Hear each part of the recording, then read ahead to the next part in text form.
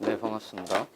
이야기를 좀 드리자면은 일주일 중에서 있는 시사 중에서 정치적인 얘기들 좀 빼고 정치적인 얘기들이라든지 이런 것들 좀 빼고 여러분들한테 도움 될 만한 뭐 산업이라든지 경제라든지 이런 부분들에 대한 얘기들을 알려드리는 거예요. 그냥 해석을 해드리는 거고 그 다음에 그 부분에 대해서 여러분들이 어느 정도 이해할 수 있도록 만들어 드린다라고 이렇게 생각을 하시면 됩니다.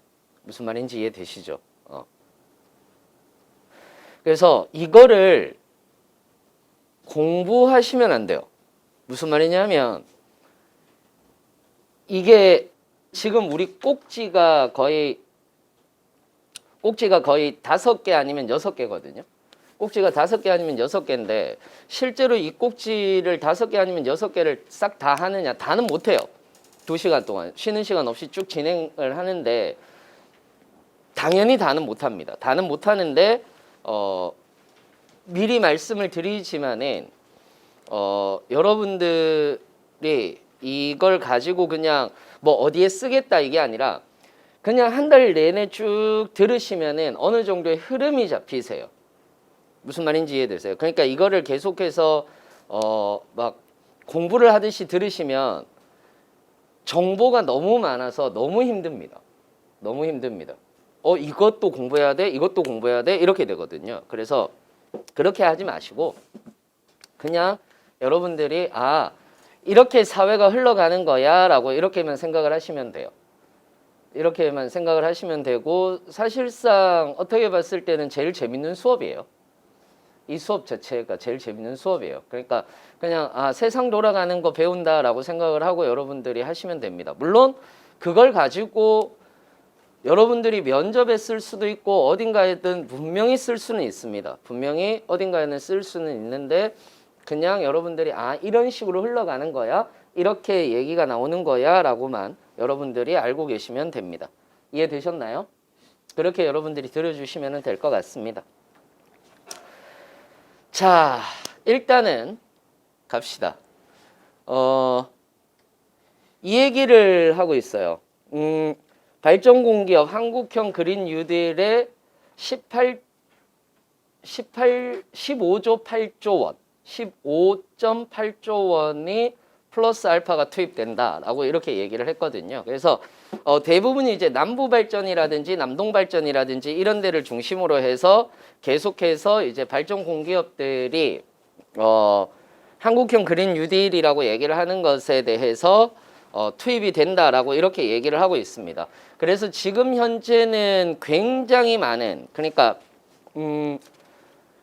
그 한국형 그린 뉴딜이라고 얘기를 하는 것 자체가 굉장히 많은 돈을 쏟아붓고 있다라는 비판도 있습니다만 사실상 EU만큼 쏟아붓고 있지는 않습니다. EU만큼 쏟아붓고 있지는 않습니다. 그 다음에 한 EU 그린 뉴딜, 그러니까 EU에서는 어떤 얘기가 나오느냐면 이걸 그린 뉴딜이라고 하지 않고 그린딜이라고 얘기를 하거든요. 용어가 그린딜이라고 얘기를 해서 지금 현재 코로나 이후에 어떤 식으로 신성장 동력을 잡을 것인가 라고 이렇게 생각을 했을 때 그 신성장 동력은 우리에게 무엇이 있느냐 하면은 바로 재생에너지 쪽, 그러니까 그린이라고 얘기를 하는 것이 필요하지 않을까라고 이렇게 얘기를 하고 있는 겁니다. 그러면서 우리나라가 한국형 뉴딜이라고 얘기를 하는 것, 그러니까 한국판, 요거는 하나 좀 보고 갈게요.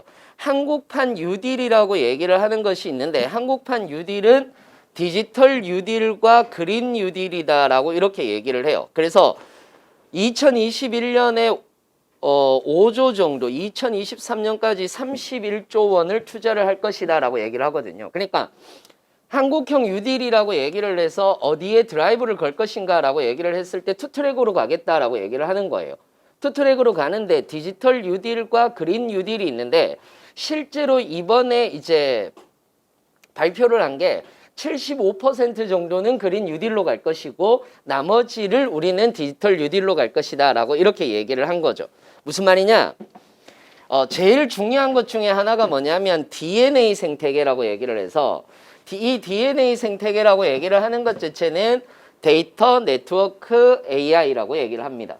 그래서 이 세 개를 중심으로 우리는 발전을 시킬 거야 라고 이렇게 얘기를 하고 있는 거고, 디지털 표용 및 안전망을 구축할 것이야 비대면 산업을 육성하고 SOC를 디지털화할 것을 이야기를 하고 있고요. 그린 뉴딜이라고 얘기를 하는 것은 도시 공간, 요거는 앞에서 잠깐 얘기를 드리자면 도시 생활 인프라에 대한 녹색 전환과 그리고 녹색 산업 생태계를 구축하겠다와 저탄소 분산형 에너지를 확산하겠다. 이 세 가지 내용이 가장 중심적인 내용인 거거든요. 그러니까 우리는 알고 있어야 되죠. 어떤 것들을 알고 있어야 되느냐 하면은 지금 현재 상태에서 갑자기 여러분들한테는 갑자기 되게 뜬금없는 얘기일 수도 있어요. 갑자기? 그린? 어차피 재생에너지로 가려고 하지 않았어? 근데 왜 또 여기서 더 드라이브를 걸겠다라고 얘기를 하는 거지? 재탕 아니야? 이렇게 생각을 할 수도 있는 거고, 또 어떤 환경단체 쪽에서는 그린 없는 그린 뉴딜이 될 가능성이 높다. 뭐 이렇게도 얘기를 하고 있어요. 그린 없는 그린 뉴딜이 될 가능성이 높다. 들어는 보셨나요? 이 얘기? 그래요. 괜찮아요. 어차피 지금 들었으면 됐어요. 지금 들으면 되니까. 그러니까 세상에 관심을 가져야 돼요. 특히 여러분들은 공기업을 준비하시는 분들 아니에요? 그렇잖아요. 그러니까 공기업을 준비하시는 분들이 세상에 관심을 안 가지면 안 돼요. 대부분 여러분들이 공기업을 준비를 한다라고 얘기하면 공무원처럼 생각을 해서 세상과 단절하고 사시는 경우들이 있거든요. 그러면 안 돼요. 왜냐하면 공기업이라고 하는 것은 국민의 생활과 밀접한 영향이 있는 곳이에요. 그러다 보니까 당연히 여러분들은 세상 돌아가는 부분들을 알고 있어야 되는 거거든요. 그래서 어찌됐건 소개를 시켜드리자면 이런 겁니다. 한국판 뉴딜이라고 얘기를 하는 것이 있고, 그 중에서 디지털 뉴딜과 그 다음에 그린 뉴딜이 있는데, 그 안에서 지금 현재 발전 공기업이 신재생에너지라든지 이런 쪽에 드라이브를 걸기 위해서 한 15조 정도가 투입될 것이다 라고 이렇게 얘기를 하고 있고, 남부발전 같은 경우는 내년까지 이것과 관련된 일자리를 5만 개 정도 창출하겠다 라고 이렇게까지 이야기를 하고 있어요. 실제로는. 그러니까 여러분들한테는 희소식이죠. 아니에요? 여러분들한테는 희소식이죠. 발전 자회사는 많이 뽑을 거다라는 얘기가 나오는 거니까. 한전부터 시작해서 이 자회사들은 많이 뽑을 거다라고 이렇게 얘기가 나오는 거니까 뭐 너무 당연히 얘기가 나오는 건데, 아직까지도 우리나라에서는 이 그린이라고 얘기를 하는 것 자체를 얘기를 하다 보면 야, 이거 돈이 안 되는 거 아니야? 라고 이렇게 얘기를 합니다. 또는 야, 경제를 성장시켜야지 왜 그린이야? 라고 이렇게 얘기를 하기도 합니다. 실제로 어느 정도의 어느 정도가 지금 하고 있느냐면, 그린 뉴딜이라고 해서 임대주택의 그린 리모델링을 22.5만 호, 그 다음에 미세먼지를 차단하기 위한 숲을 723헥타르, 태양광 풍력 발전으로 42.7기가와트, 그리고 아파트 스마트 전력량 500만 호, 그 다음에 클린 팩토리를 1750개, 스마트 그린 도시를 25개를 만들 예정입니다. 여기에 돈을 엄청나게 쏟아붓겠다라는 의지를 가지고 있는 거예요. 현 정부는. 그리고 앞으로도 계속해서 가겠다라고 얘기를 하는 거예요. 그러면 여러분들은 궁금하지 않으세요? 왜 그린 뉴딜을 하는 거지? 왜 그린 딜을 하는 거지? 제일 먼저 나오는 게 너무 당연히 왜 그린 뉴딜인가라고 얘기를 하면 너무 당연히 기후위기에 대한 얘기를 안 할 수가 없는 거죠. 기후변화와 기후위기에 대한 얘기를 안 할 수가 없어요. 기후위기와 기후변화를 보시면은 지금 1860년대, 즉 다시 얘기하자면 2차 산업혁명, 그러니까 우리가 흔히들 얘기하는 화석연료로 중공업이 발전한 그 시기거든요. 화석연료로 중공업이 발전한 그 시기에부터 시작을 해서 지금까지 2000년도, 2020년까지 딱 봤을 때는 2000년도까지 봤을 때는 1도 올라갔고 2020년도에 1.5도 정도 올라갔어요. 실제로 기후가. 그러니까 1.5도 정도 올라갔는데 이게 왜 무서운 거냐면 이런 거죠. 대기오염으로 조기 사망자가 연간 40만 명이고 이 숫자는 급증할 거고 폭염더위, 폭염으로 인한 사망자가 9만 명 정도 5도 상승할 때 유럽연합 연간 6만 6천 개의 추가적인 망명 신청이 일어날 것이고 생물종이 16% 정도 멸종될 거다. 홍수. 이게 사실상 뭔가 태풍이 와서 장마가 있어서 라는 것이 아니거든요. 이것 또한 이상 기후 변화 때문에 일어나고 있는 현상 중에 하나라고 생각을 해야 돼요. 그냥 자연재해다 물난리 났구나가 아닌 거예요. 이거는 사실은. 그러니까 이것이 사실은 경제에 엄청난 타격을 준다라는 거죠. 그렇기 때문에 우리는 빨리 변화해야 되는 건데 그 골자는 뭐냐면 화력 발전을 중심으로 한 경제 성장을 멈추고 이제는 다른 성장이 필요한 시점이 아니야? 라고 이렇게 얘기를 하는 건데 마침 팬데믹 상황이 온 거예요. 팬데믹 상황이 왔으니까 경제는 정지돼 있죠. 지금 현재.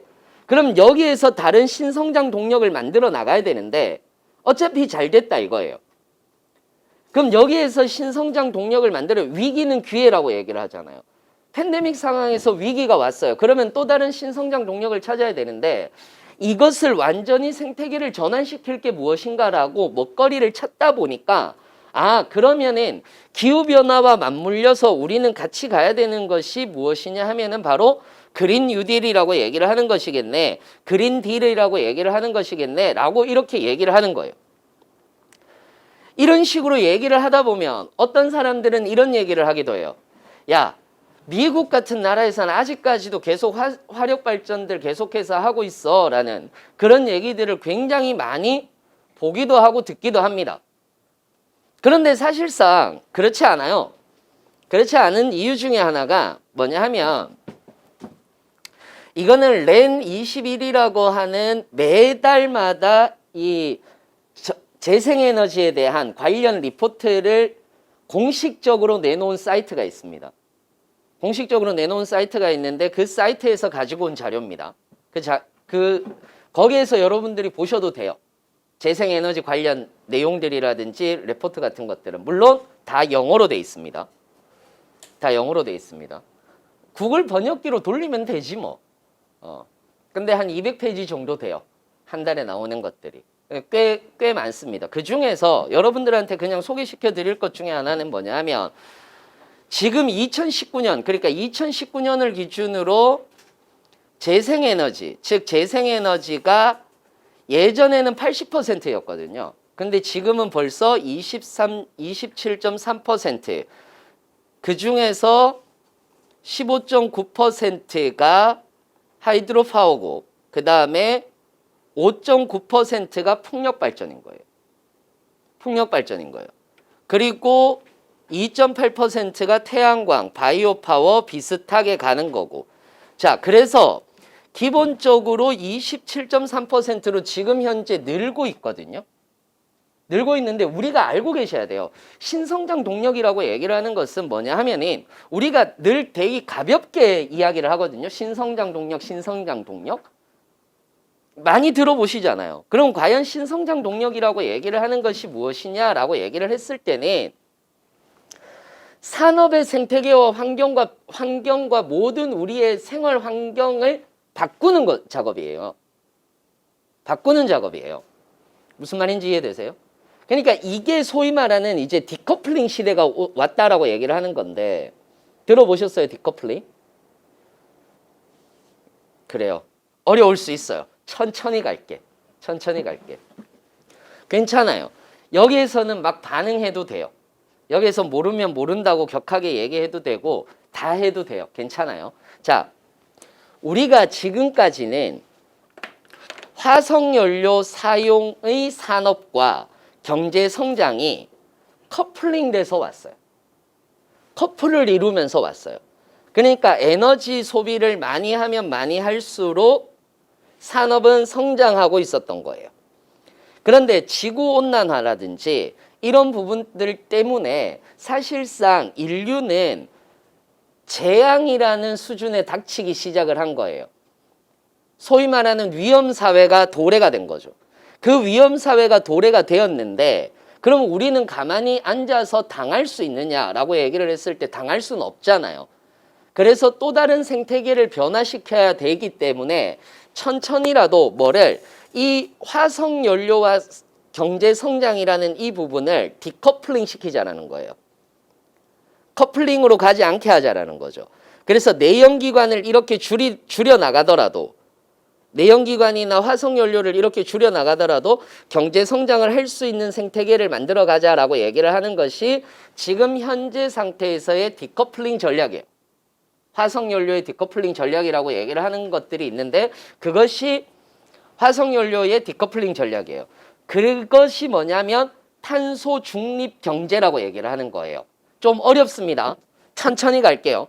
탄소 중립 경제라고 얘기를 하는 것은 우리가 2050년까지 지금 2050년까지를 계획하고 있거든요. 전 세계적으로. 그래서 전 세계적으로 2050년까지를 탄소를 제로화 시키겠다라고 얘기를 하는 것이 탄소 중립 경제예요. 무슨 말인지 이해되세요? 이거에 대한 신성장 동력을 삼고 있는 거예요. 그래서 실제로 이게 잘 돼 있는 데가 스웨덴이라든지 독일이라든지 이런 데인데 이미 스웨덴 같은 경우는 석탄세 들어보셨나요? 석탄에 세금을 매기는 거예요. 석탄을 쓰지 않게 하기 위해서. 그런 석탄세 같은 경우는 벌써 20년 전부터 실시를 하고 있거든요. 우리는 불과 작년부터 석탄세를 도입을 한 거예요. 그러니까 이미 그들은 어느 정도의 내공, 유럽 애들은 내공이 있었던 거고 우리나라는 이제 시작인 거예요. 사실은. 어떻게 봤을 때는. 그러다 보니까 이게 많다라고 얘기를 하는데 아니에요. 이유는 지금 현재 2050년까지 1조 유로를 투입할 계획이에요. 1조 유로. 감이 안 오시죠? 1조 유로면 거의 3, 4천조를 투자할 계획이에요. 그러니까 거의 여러분들이 이게 5년 계획이고 10년 계획이면은 5년 안에 거의 1000조에서 2000조를 투자를 한다라는 계획을 가지고 있어요. 그러니까 이게 어떤 식으로 바뀌느냐면 우리는 지금 이게 여러분들이 이게 어떤 식으로 쭉 흘러가는지를 보셔야 되느냐면 봐요. 우리는 제일 먼저 산업경제, 자유주의 시대의 경제가 도래가 되었었어요. 1860년대에 2차 산업혁명기 그 시대에. 그죠?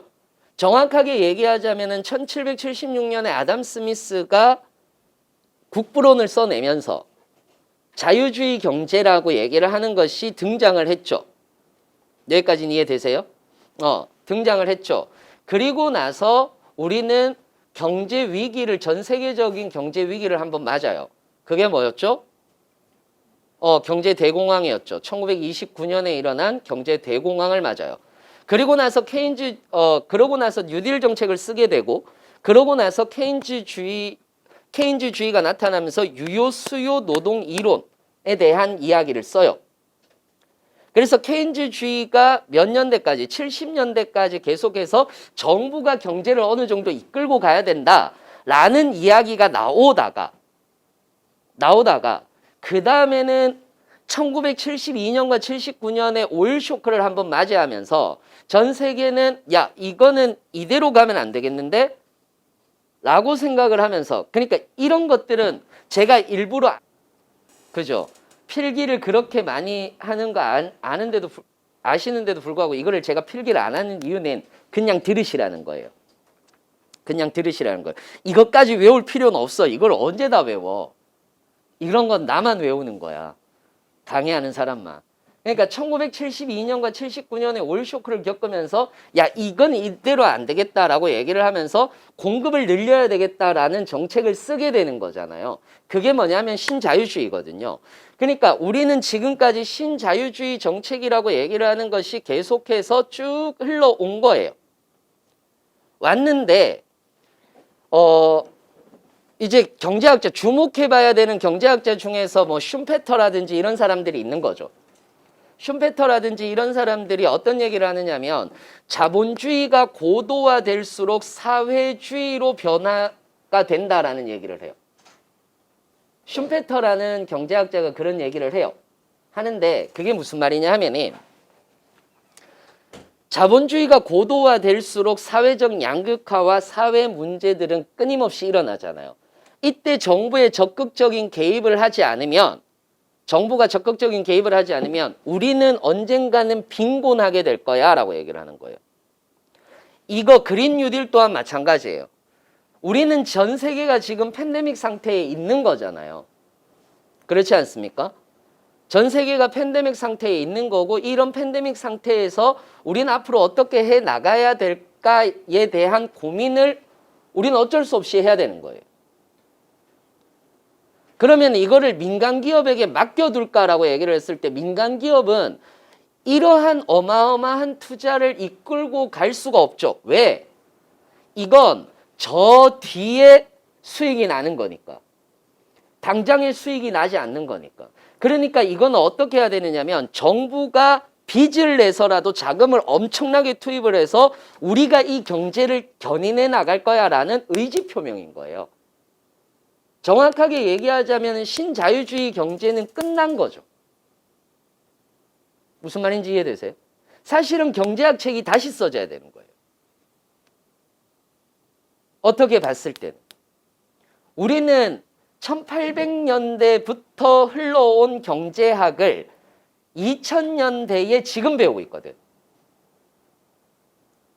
수요와 공급, 우리는 너무 당연하게 배웠어요. 완전 경쟁시장이라는 것은 없죠. 완전 경쟁시장이 어디 있어요? 완전 경쟁시장이 없으니 불공정 거래가 생기는 거고 불공정 거래를 막기 위해서 불공정 거래 방지법이 있는 거잖아요. 그렇게 끊임없이 나가야 되는 상황인 거예요. 그러면 여기에서 이제 더 중요한 건 그러면 이건 돈이 되느냐 안 되느냐도 있죠. 돈이 되느냐 안 되느냐도 있는데 이건 돈이 안 될 수가 없죠. 이건 왜 돈이 안 될 수가 없느냐면 이미 리백, 리뉴어블이라고 얘기를 하는 신재생 에너지의 약자인 RE 그리고 100이라고 얘기를 했을 때는 100군데의 기업입니다. 초창기에 이게 생겨난 게 2015년에 생겨나요. 2015년부터 우리는 리100이라는 기업 단체를 만들겠다라고 얘기를 하면서 실제로 애플이라든지 페이스북이라든지 이런 쪽에서는 우리는 태양광으로 하겠다라고 이렇게 이야기를 합니다. 페이스북에서도. 그러면서 너나 할 것 없이 리100에 가입을 해서 지금은 현재 127개의 기업이 여기에 들어와 있고요. 애플이라든지 구글이라든지 지금 BMW라든지 벤츠도 전부 다 여기에 가입을 했거든요. 가입을 해서 지금 애플이라든지 페이스북과 구글은 자기들이 생산하는 생산 라인의 100%를 친환경 설비를 갖추고 있고 그리고 재생에너지로 생산을 하고 있습니다. 실제로. 그런데 문제는 뭐냐 하면 문제는 여기에서 이제 부품업체들, 얘들은 완성업체들 아니에요. 완성품 업체들 아니에요. 근데 이 완성품 업체들이 부품 업체에도 요구를 하기 시작했다라는 거예요. 이 요구가 뭐냐 하면 예를 들자면 BMW 같은 경우는 BMW는 또는 이제 BMW 또는 이제 벤츠 또는 뭐 제규어 이런 쪽에서는 전기 자동차를 쓸 때 배터리를 쓸 거 아니에요. 배터리가 예를 들어서 BMW 같은 경우는 삼성 SDI께 들어가거든요. 그리고 벤츠 같은 경우는 LG화학에 들어간단 말이에요. 그리고 제규어 같은 경우도 LG화학에 들어간단 말이에요. 그러면은 SDI라든지 이런 데서 배터리를 만드는데 화석 연료를 가지고 있는 것을 가지고 뭐를 하면 배터리를 만들면 너희 걸 안 쓰겠다가 되는 거예요. 무슨 말인지 이해되세요? 품질이 우수해도 안 쓰겠다라는 개념이 생겨나기 시작한 거예요. 그러니까 우리나라는 그린 뉴딜을 빨리 전환해야 돼요. 왜? 저는 사실 이번 정부를 보면서 대단히 친기업적이다라고 생각한 게 사실은 이 정부는 되게 친기업적이에요. 반기업 정서가 전혀 없어요. 여러분들 지금 한 것에 대해서 친기업, 반기업 정서가 있는 경우 본 적 있으세요? 현 정부에서? 현 정부에서 뭘 그렇게 반기업적인 정책을 폈어요? 생각보다 상당히 산업적으로는 친기업적 정책을 굉장히 많이 씁니다, 지금. 어떻게만 하면. 그린 뉴딜 쪽으로만 가게 되면. 또는 디지털 전환 쪽으로만 가게 되면 돈을 벌 수 있는 구조를 만들어주고 있어요. 지원을 어마어마하게 해주니까. 어떤 의미인지 이해되세요? 그러니까 다시 얘기하자면 전 세계는 지금 현재 변화하고 있단 말이에요. 기업들이 변화하고 있고 그 기업들이 변화하는데 우리나라는 부품 산업 중심으로 되어 있는 구조예요. 그러니까 이 생태계가 변화하고 있다는 건 여러분들이 완전히 느끼셔야 되는 거죠. 그러니까 페이스북이라든지 이런 쪽 같은 경우는 에너지 전환은 지금보다 훨씬 빨리 이루어질 수 있다. 그 다음에 기존의 시스템이 이 전환을 페이스북은 이런 얘기를 하고 있고 팀쿡 같은 경우는 지금 애플의 모든 사업장을 이미 재생에너지로 운영하고 있다라고 얘기를 하고 있어요. 100% 돌아간다는 얘기죠. 사업장 자체가. 그러니까 그래서 중국에서도 애플이 빠지는 거예요. 그냥 단순히 리슈어링을 하는 게 아니라고, 미국으로 돌아가는 게 아니라고요. 태양광으로, 자동화로, 무인화로 가는 이런 단계로 가고 있다라는 거죠. 물론 여기에서 문제가 없다라고 얘기할 수는 없어요. 왜 문제가 없다라고 얘기할 수는 없느냐면 이제 정부에서는 이런 얘기 하거든요. 정부에서는 안 좋은 점을 얘기를 안 할 수는 그러니까 안 좋은 점을 얘기를 안 하겠지. 당연히 발표를 할 때는 이런 문제점이 있습니다라고는. 그런데 문제는 있죠. 왜냐하면 과도기인 거예요. 과도기에는 반드시 문제가 있습니다. 예를 들어서 신재생에너지로 만들어지는 일자리도 있는 반면 디커플링이 되는 순간 줄어드는 일자리도 있는 거예요. 주가를 보시면 알죠. 포스코의 주가는 쭉 계속해서 떨어지고 있고 두산중공업의 주가는 떨어지고 있어요. 실제로. 그런데 베스타스라고 얘기를 하는 데는 어디냐 하면은 베스타스는 전 세계 1위 풍력 발전 기업이에요. 풍력 발전을 만드는 제조업 기업이에요. 베스타스라고 하는 데는. 여기 주가는 계속 오르고 있고 웨르스테스는 원래 화석연료 천연가스 회사였다가 지금 재생에너지로 완전히 돌아섰어요. 그래서 주가가 갑자기 급상승하기 시작하는 거예요. 이미 디커플링 돼 가고 있어요. 전 세계에서는. 주가만 보더라도 알잖아요. 주가만 보더라도 이건 둘 다 내려가고 이거는 올라가고 있단 말이에요. 즉 온실가스 배출을 많이 하는 곳은 내려가고 주가는 온실가스 배출을 적게 하는 쪽은 주가는 올라가고 있는 시점이 온 거예요. 그러면 여기서 이제 우리가 문제점이라고 얘기를 하는 것은 당연히 여기에는 뭐가 있을 거예요? 인력이 줄어들겠지. 그러면 사실상 새로운 교육을 받은 사람보다 우리는 화석 연료를 이용해서 에너지를 이용하는 사람들의 뭐가 수가 더 많을 거 아니에요. 그 일자리가 더 많을 거 아니야. 그러니까 그 일자리는 잃어버릴 수 있는 거죠. 예를 들어서 울산 쪽이라든지 항만이라든지 이런 쪽으로 하고 있는 울산 쪽, 중공업 쪽, 창원 이런 중공업 단지들, 크게 되어 있는 중공업 단지들, 이 단지들이 사실상 슬럼화가 될 가능성이 큰 거예요. 디트로이트시처럼. 이런 문제점은 안고 있어요. 너무 당연히. 그럼에도 왜 재생에너지로 가야 되는가라는 거예요.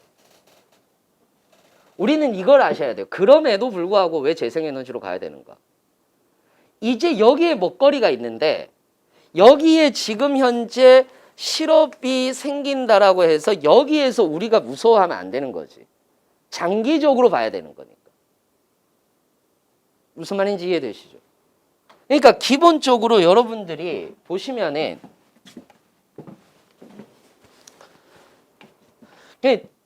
제가 늘 얘기하는 것 중에 하나가, 저는 오늘 여기서 정책을 얘기를 하지는 않을 거예요. 우리는 필요성이라든지 이런 것들만 알아도 충분한 거니까. 정책 얘기하면 2시간, 3시간 넘어요. 2시간, 3시간 넘어요. 그러면 재생에너지의 성장 추이라고 얘기를 했을 때 재생에너지에서 지금 현재 딱 보시면 아시잖아요. 이미 2019년에 200기가와트 정도는 재생에너지로 다 돌아가요. 전 세계에서. 평균적으로. 그러니까 보시면 아시겠지만은 2015년에서 2016년 껑충 뛰고 17년 껑충 뛰었다가 19년에 더 껑충 뛰기 시작을 한 거예요. 여기에서 이제 이렇게 올라가야 된다라고 주장을 하는 거죠. 왜? 2021년부터 파리기후변화 협약이 바로 발효가 되는 거니까. 바로 발효가 되는 거니까. 우리는 그렇기 때문에 재생에너지로 전환해야 되는 거고, 그린 에너지로 전환이 돼야 되는 거고, 그 다음에 녹지대도 많이 만들어야 되는 거고, 전기 자동차가 돌아다녀야 되는 거고, 그리고 수소 자동차가 돌아다녀야 되는 거예요. 그렇게 돌아다녀야 되는 거예요. 실제로. 그러면 진짜로 우리는 재생에너지를 할 수 있을까? 확 와닿진 않잖아요. 이렇게 돌아다니다 보면은 풍력발전소도 있고 있는 건 보이는데 진짜로 우리가 태양광이라든지 이런 것들을 잘 사용해서 진짜로 그런 꿈의 도시 같은 그런 도시들을 만들 수 있을까라는 의문은 생기는 거죠. 그런 의문은 이렇게 보시면 돼요. 우리는 재생에너지를 할 수 있나라고 얘기를 했을 때 이거는 어디에서 조사를 한 거냐면 그린피스에서 조사를 한 거예요. 우리가 해상풍력을 했을 때 어디 위치에 해상풍력을 할 수 있는가 라고 했을 때 실제로 여기와 여기는 사실상 해상풍력은 안 된다라고 보는 건데 지금 현재 상태에서는 요 정도는 괜찮지 않을까? 지금 여기 붉은 원은 요 정도는 괜찮지 않을까라고 얘기를 해요. 근데 여기 자체는 조수 간만의 차가 너무 커요. 그러다 보니까 우리나라는 대형 해상풍력은 남해안 쪽으로. 그래서 여기는 대형 해상풍력인 거고 여기는 이제 소형 풍력 발전으로 가야 되지 않을까라고 이렇게 얘기를 하고 있고 아직까지 논의 중이에요. 이게 이제 빨리 세워져야 되는 거죠. 그럼 태양광은 어떻게 되느냐라고 얘기를 했을 때 사실상 어떤 얘기가 제일 많이 나오느냐면 태양광 얘기가 나오면 어떤 얘기가 많이 나오느냐면 아직까지는 뭐하다 상용적이지 않다. 그리고 뽑아내는 전력이 부족하다. 그래서 원자력 발전소 한 기에서 뽑아내는 전력량만큼 하려면 여의도의 50배 정도의 크기가 되는 태양광 발전소가 필요하다. 우리나라는 사막도 없고 땅덩어리가 넓은 나라도 아니니까 우리나라는 지금 현재 할 수 있는 게 없다. 이렇게 얘기를 하는 경우들이 되게 많아요. 근데 앨런 머스크가 이런 얘기를 했죠. 앨런 머스크가. 이게 되게 재밌어요. 여러분들 잘 생각해 보시면 아는데 테슬라가 그래 좋다 이가 단차도 많고 문제점이 많지. 문제점이 많다라고 하지만 가만히 생각해 보면 지금 전기 자동차들이 나오는 것들이 테슬라를 대부분 따라했어요. 테슬라를 대부분 따라하고 있다고. 이게 되게 재밌는 게 스케이트보드 방식이라고 얘기를 해서 배터리를 밑에 깔고 그 다음에 그 위에 차를 올리는 이런 방식이 스케이트보드 방식이란 말이에요. 그런 스케이트보드 방식의 자동차는 테슬라가 먼저 했어. 그리고 나서 테슬라가 어떤 얘기를 했었느냐면 자동차만 파는 것이 아니라 충전기를 같이 보급해 줘야 된다 그랬어요. 그래서 유일하게 테슬라만 우리나라에도 보면은 테슬라 슈퍼차저가 따로 있잖아. 그렇죠. 이게 보급을 하는 거거든요. 왜 그럴까? 근데 그게 맞는 거예요. 그게 왜 맞는지 아세요? 전기 자동차는 충전소를 늘린다고 문제가 해결이 안 돼요. 지금의 주유소처럼. 왜? 급속 충전을 하더라도 30분이에요. 그리고 대부분이 여러분들 급속 충전하면 100% 찰 것 같죠? 안 차요. 배터리는 그렇게 차는 게 아니에요. 급속 충전은 80%까지 빨리 채우고 그리고 나머지는 완속 충전으로 천천히 해서 100%까지예요. 실제로는. 그래야지 배터리가 안 터져요. 배터리의 발열 문제, 터지는 문제 다 있기 때문에 급속으로 80%까지 채우고 완속으로 가는 거예요. 그래서 대부분 100%를 급속으로 충전을 한다고 하더라도 2시간 이상 걸린단 말이에요. 그래서 80%로 하면 30분이에요. 누가 주유를 30분씩 해? 그렇지 않습니까? 그러니까 뭐가 필요해요? 급속 충전기가 필요한 거예요. 정확하게는. 충전소의 양이 많이 늘어나는 것이 아니라 충전소의 기술이 중요해지는 거예요. 무슨 말인지 이해되세요? 그래서 현대가 이번에 들여온 게 130kW짜리 충전기죠. 지금은 대부분 70kW짜리 충전기예요. 급속 충전기가. 근데 그 2배의 속도를 내는 충전기를 가지고 온 거예요.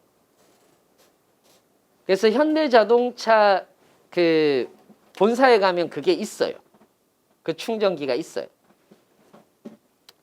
이것도 똑같아요.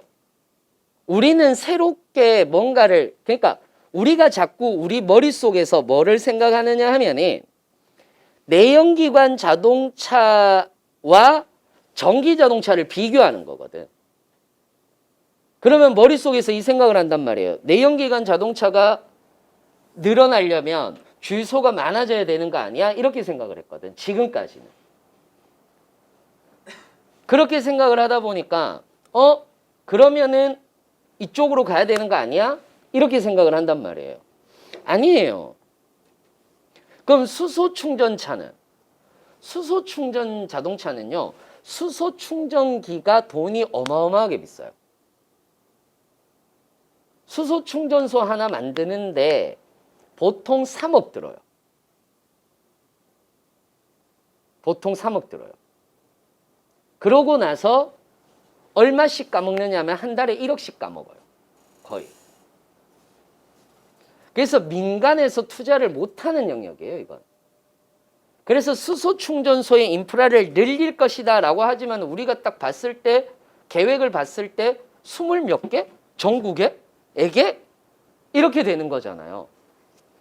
그럼 수소 충전 자동차는 자가용의 목적으로 쓸 수는 없는 거예요.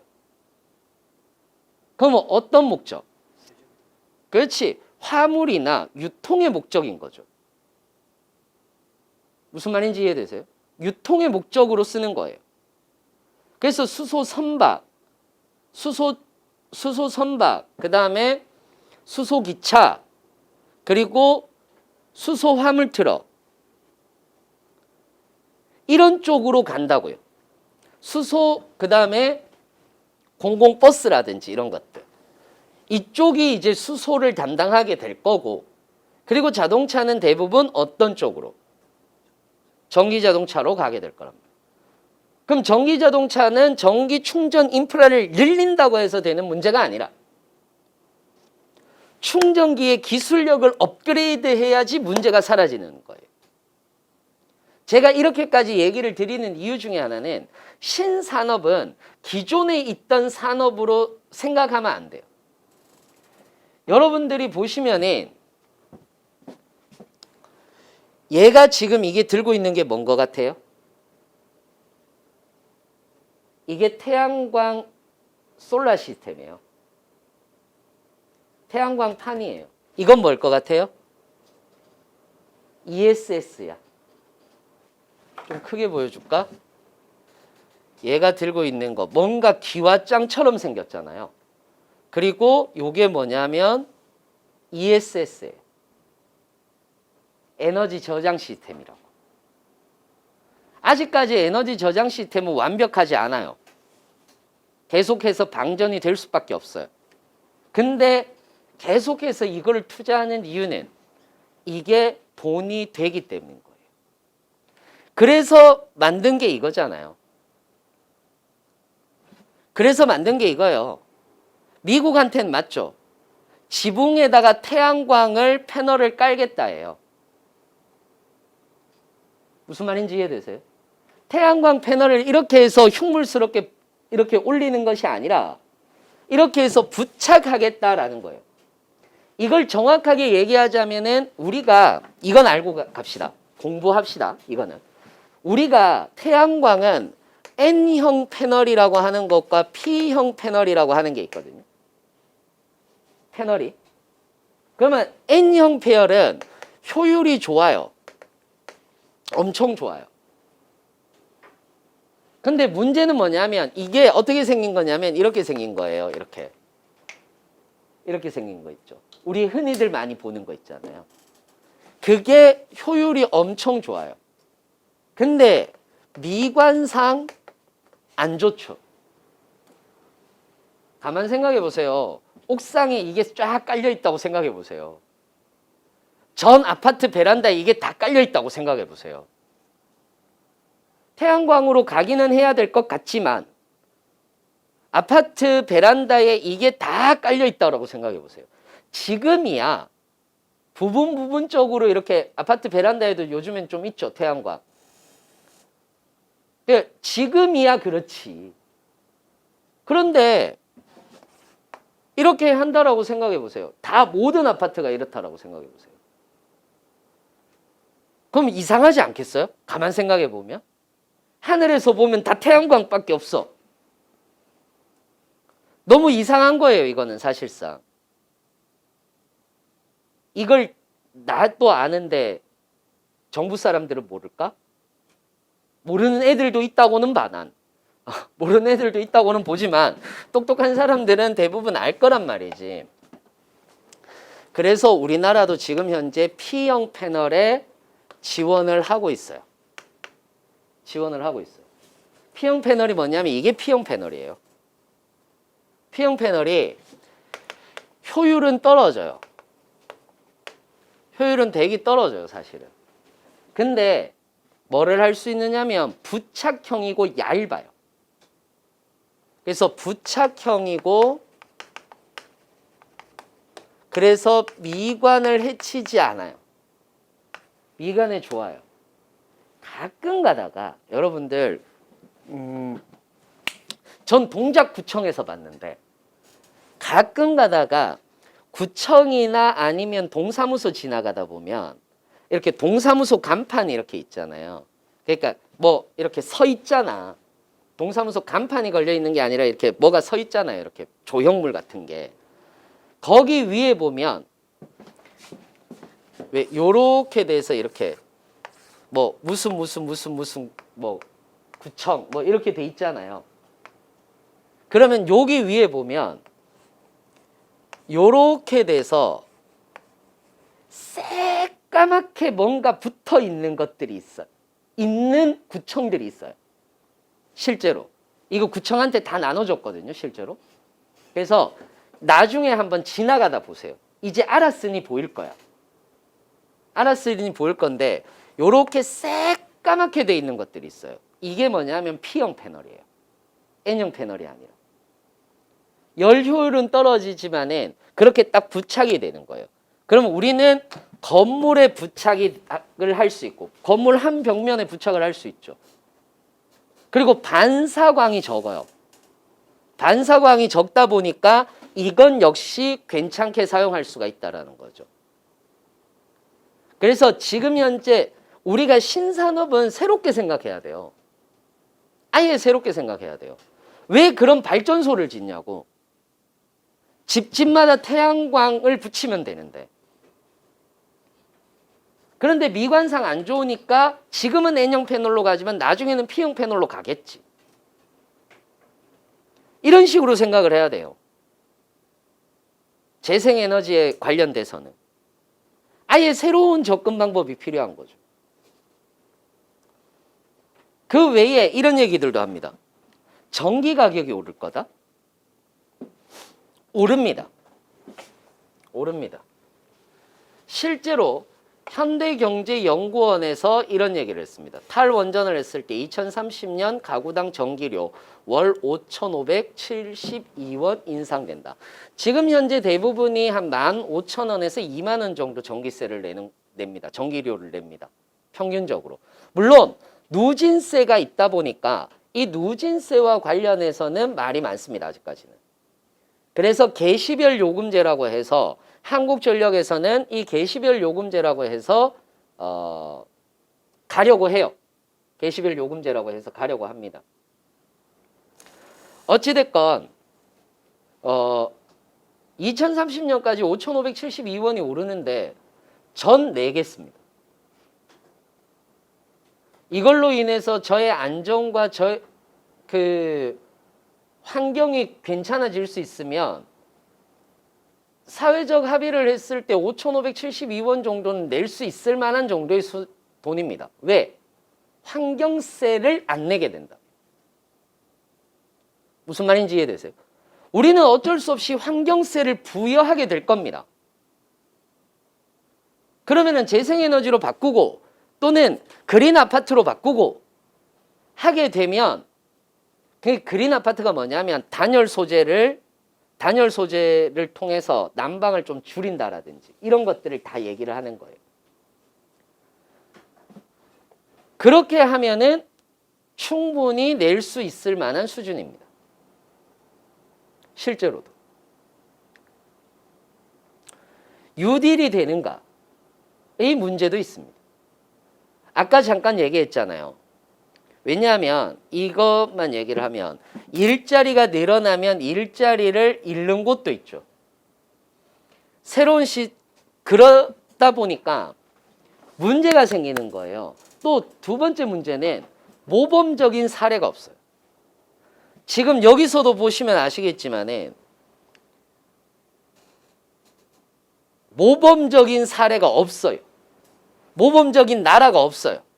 그냥 충분한 나라는 모로코, 잠비아, 그 다음에 충분한 나라는 부탄, 코스타리카, 에티오피아, 인도, 케냐, 필리핀. 근데 여기 두 개는 좀 웃기죠? 왜 웃겨요? 생산물이 없는 나라잖아. 그러니까 그렇게까지 위험하지 않은 나라들이잖아요. 그러고 불충분한 나라는 이제 호주, 브라질, 캐나다, 유럽연합, 남미, 페루, 스위스, 영국, 한국, 일본, 중국, 아르헨티나, 칠레, 독일, 인도네시아, 싱가포르, 남아프리카, 아랍에미레이트는 매우 불충분. 그러니까 산업의 중심국이라고 하는 데는 여기 있어요, 다. 여기 있어요. 이미 못 따라가고 있는 거예요. 그러니까 사실상 모범적인 사례가 없어요.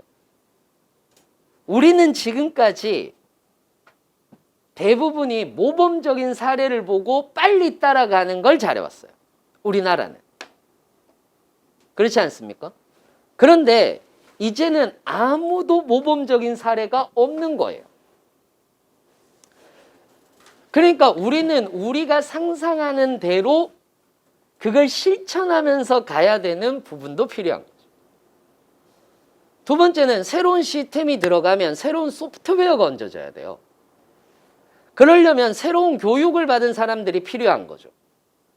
그랬을 때 교육 부분도 바뀌어야 되는 거예요. 어떤 교육을 시킬 것이냐. 아니 가만 생각해 보세요. 우리가 근대화가 돼서 근대 학교가 세워진 거예요. 그전에는 서당이 있었죠. 그러면 근대 신식 건물을 세워놓고 거기에 서당의 소프트웨어를 넣은 게 아니잖아.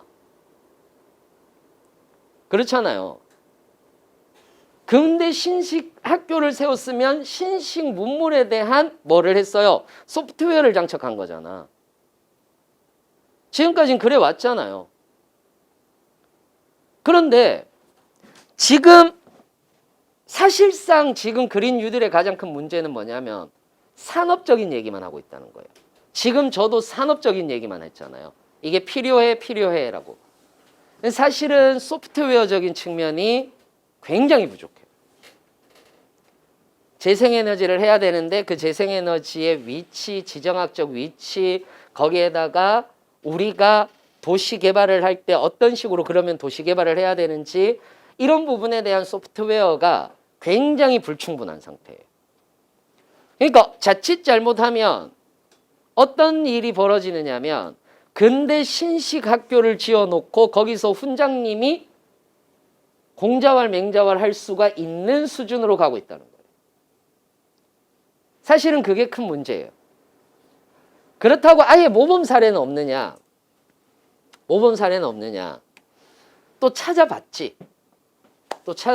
내가 누굽니까? 또 찾아봤지.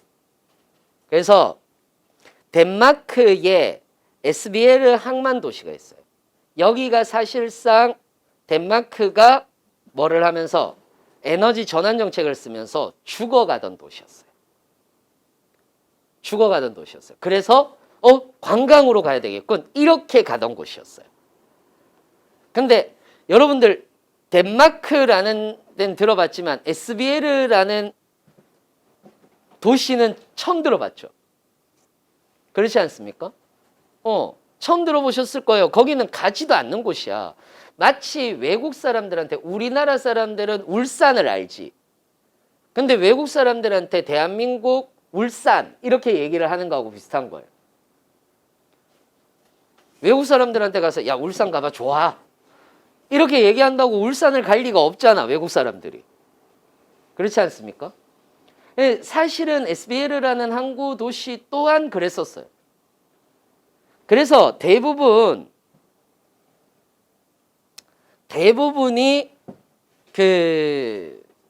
뭡니까?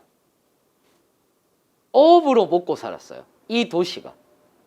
그리고 조선업이 발달을 했었는데 이게 이제 재생에너지라든지 이런 것들로 전환을 하면서 조선업도 빠지고 다 빠진 거예요. 그래서 아예 진짜 옛날로 돌아간 거야. 에너지 전환 정책을 하면서. 그래서 이때 당시에 이 안에 있는 마을 분들은 당연히 반대의 여론이 컸죠. 에너지 전환과 관련해서. 그래서 정부가 적극적인 투자를 이루어낸 거예요. 뭘로? 풍력도시의 마을로. 그래서 이 마을은 왜 우리가 해상풍력을 하려면 전초기지가 있어야 되잖아요. 해상풍력을 만들어서 갖고 가야 될 거 아니야. 그렇잖아요. 거기서 지을 수가 있는 게 아니란 말이에요. 그러니까 이게 뭐냐면 해상풍력하는 기둥이에요. 기둥을 여기에서 해서 여기서 조립해. 다시 얘기하자면 SBL 항만도시는 해상풍력 단지 공장을 만들고 이게 전초기지가 돼서 그쪽 앞바다로 해상풍력들이 나가기 시작하는 거예요. 그래서 원래 있던 어민들부터 시작해서 또는 그의 자식들 또는 여기에서 재교육까지 했어요. 원래 있던 조선업에 종사하시던 분들을 재교육을 통해서 재고용을 창출했고 그 재고용을 통해서 다시 굉장히 괜찮은 마을로 변하기 시작을 한 거예요. 이게 어마어마한 마을로 변하기 시작한 거거든요. 그래서 전 세계 사람들이 다 와요. 여기는. 뭘 보려고? 해상풍력 공부하려고. 울산 아까 잠깐 보셨지만은 울산 그렇게 안 되리라는 법 없어요. 여수 그렇게 안 되리라는 법 없단 말이에요. 그러니까 우리 또한 무엇을 할 수 있느냐면은 뉴딜이 될 수 있어요. 다만 문제는 뭐냐면 여기에 대한 교육을 확실하게 할 수 있느냐, 소프트웨어를 진짜로 제대로 장착할 수 있느냐, 이 교육을 확실하게 할 수 있느냐에 대한 문제. 산업에만 투자하지 말고 소프트웨어에도 투자를 해야 되는 그런 문제들이 필요한 거죠. 여기에 이제 디지털 전환까지 같이 나간다라는 거예요. 무슨 말인지 이해되세요? 이런 식으로 여러분들이 좀 알고 계시면은 좋을 것 같아요. 좋을 것 같은데, 자, 그래서 결론을 얘기하자면은 문제는 있다. 문제는 있다. 분명히.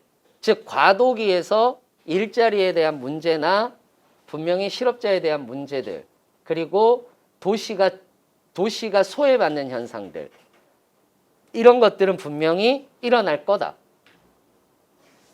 하지만 우리가 경제적인 문제 또는 사회적인 문제, 전 세계적인 문제들 이런 문제들을 해결하면서 갈 때 가장 중요한 것 중에 하나가 바로 그린 뉴딜, 그린 딜이고 전 세계 경제는 이렇게 움직여가고 있다. 그렇게 움직이는 가운데에서 우리도 어차피 해야 된다면 충격을 덜 주는 방향. 디커플링을 시킬 때 조금 더 공정하게 디커플링을 시키자는 거예요. 지금까지 커플링으로 왔다면 이 디커플링으로 갈 때는 조금 더 공정하게 조금 더 정부에서 소프트웨어를 정착할 수 있는 방안을 끊임없이 세부적으로 디테일하게 만들어야 된다는 거죠. 지금까지는 정부가 왜 이 얘기를 끊임없이 하느냐면 왜 공기업이 더 중요해지느냐 왜 정부의 역할이 더 중요해지느냐 하면 제가 아까 그 얘기를 했잖아요. 초반에 신자유주의에서 우리는 이제 다시 정부가 이끄는 사회로 간다라고 얘기를 했잖아요. 신자유주의는 정부가 큰 틀만 잡으면 돼요. 왜? 시장에 개입을 안 하니까. 시장에 개입을 안 하니까 자 우리는 이런 정책 씁니다 라고만 얘기를 하면 돼요. 그러면 알아서 민간들이 먹거리를 막 찾는 거예요. 무슨 말인지 이해되세요? 먹거리를 막 찾는 거예요. 그게 신자유주의 경제였어요.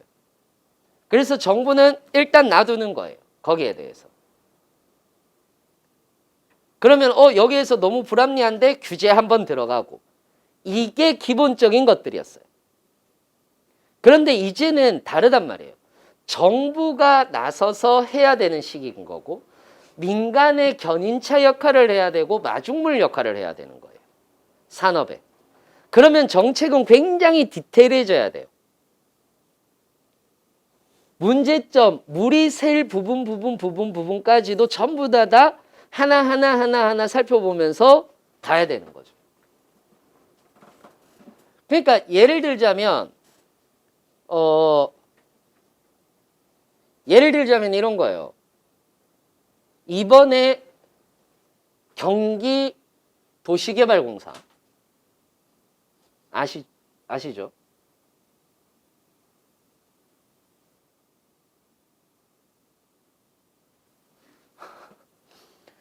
이번에 경기도시개발공사에서 발표를 한 게 있어요. 발표를 한 게 뭐냐면 보편적 주거단지를 만들겠다. 들어보신 적 있으신가요? 저도 처음 들어봤어요. 보편적 주거단지는 누구에게나 살 수 있는 집을 제공하겠다. 처음 들어봤죠? 그러니까 그래, 기본소득제는 알겠는데 기본 주거라니, 기본 주거거든요. 이건 기초 주거, 기본 주거라고 얘기를 하는 거예요.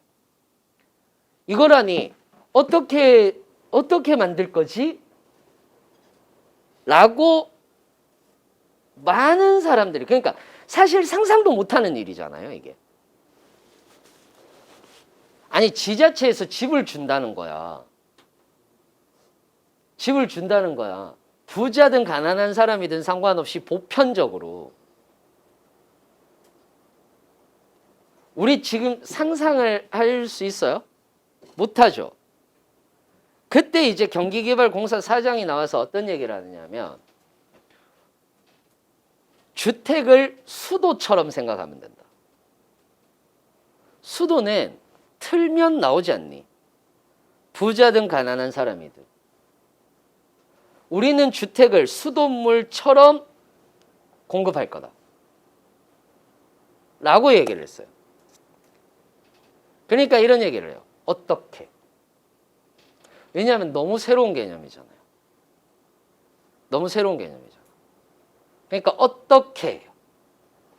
그럼 그 어떻게, 요번에 경기도시공사 사장의 인터뷰가 저는 되게 마음에 들었던 게 어떻게를 굉장히 디테일하게 얘기를 했어요. 그건 제가 다음 주에 해드릴게요. 왜냐하면 정부의 제안서만 내놓고 허가를 못 받았어요. 근데 이번 달 안으로 허가는 아마 받을 수 있을 것 같기는 해요. 너무 디테일한 사항이니까. 그러면서 저는 뭐가 마음에 들었느냐면 이거예요. 문제점이 없지는 않다. 어떤 문제점이 있느냐면 용적률이 지금 현재 너무 낮다. 시행령을 고쳐야 한다. 시행령을 고쳐야 한다. 그리고 공기업을 하나를 더 만들어야 한다. 이걸 매입해 줄 수 있는 공기업을, 저금리로 매입해 줄 수 있는 공기업을 하나를 더 만들어야 한다. 이게 무슨 의미냐 하면 이런 거예요. 가만 생각해 봐.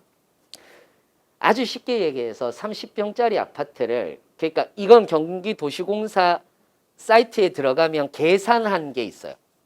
계산한 자료가 있어요. 자기들이 돌려받겠지. 그래서 과천을 중심으로, 과천이 3도시잖아요.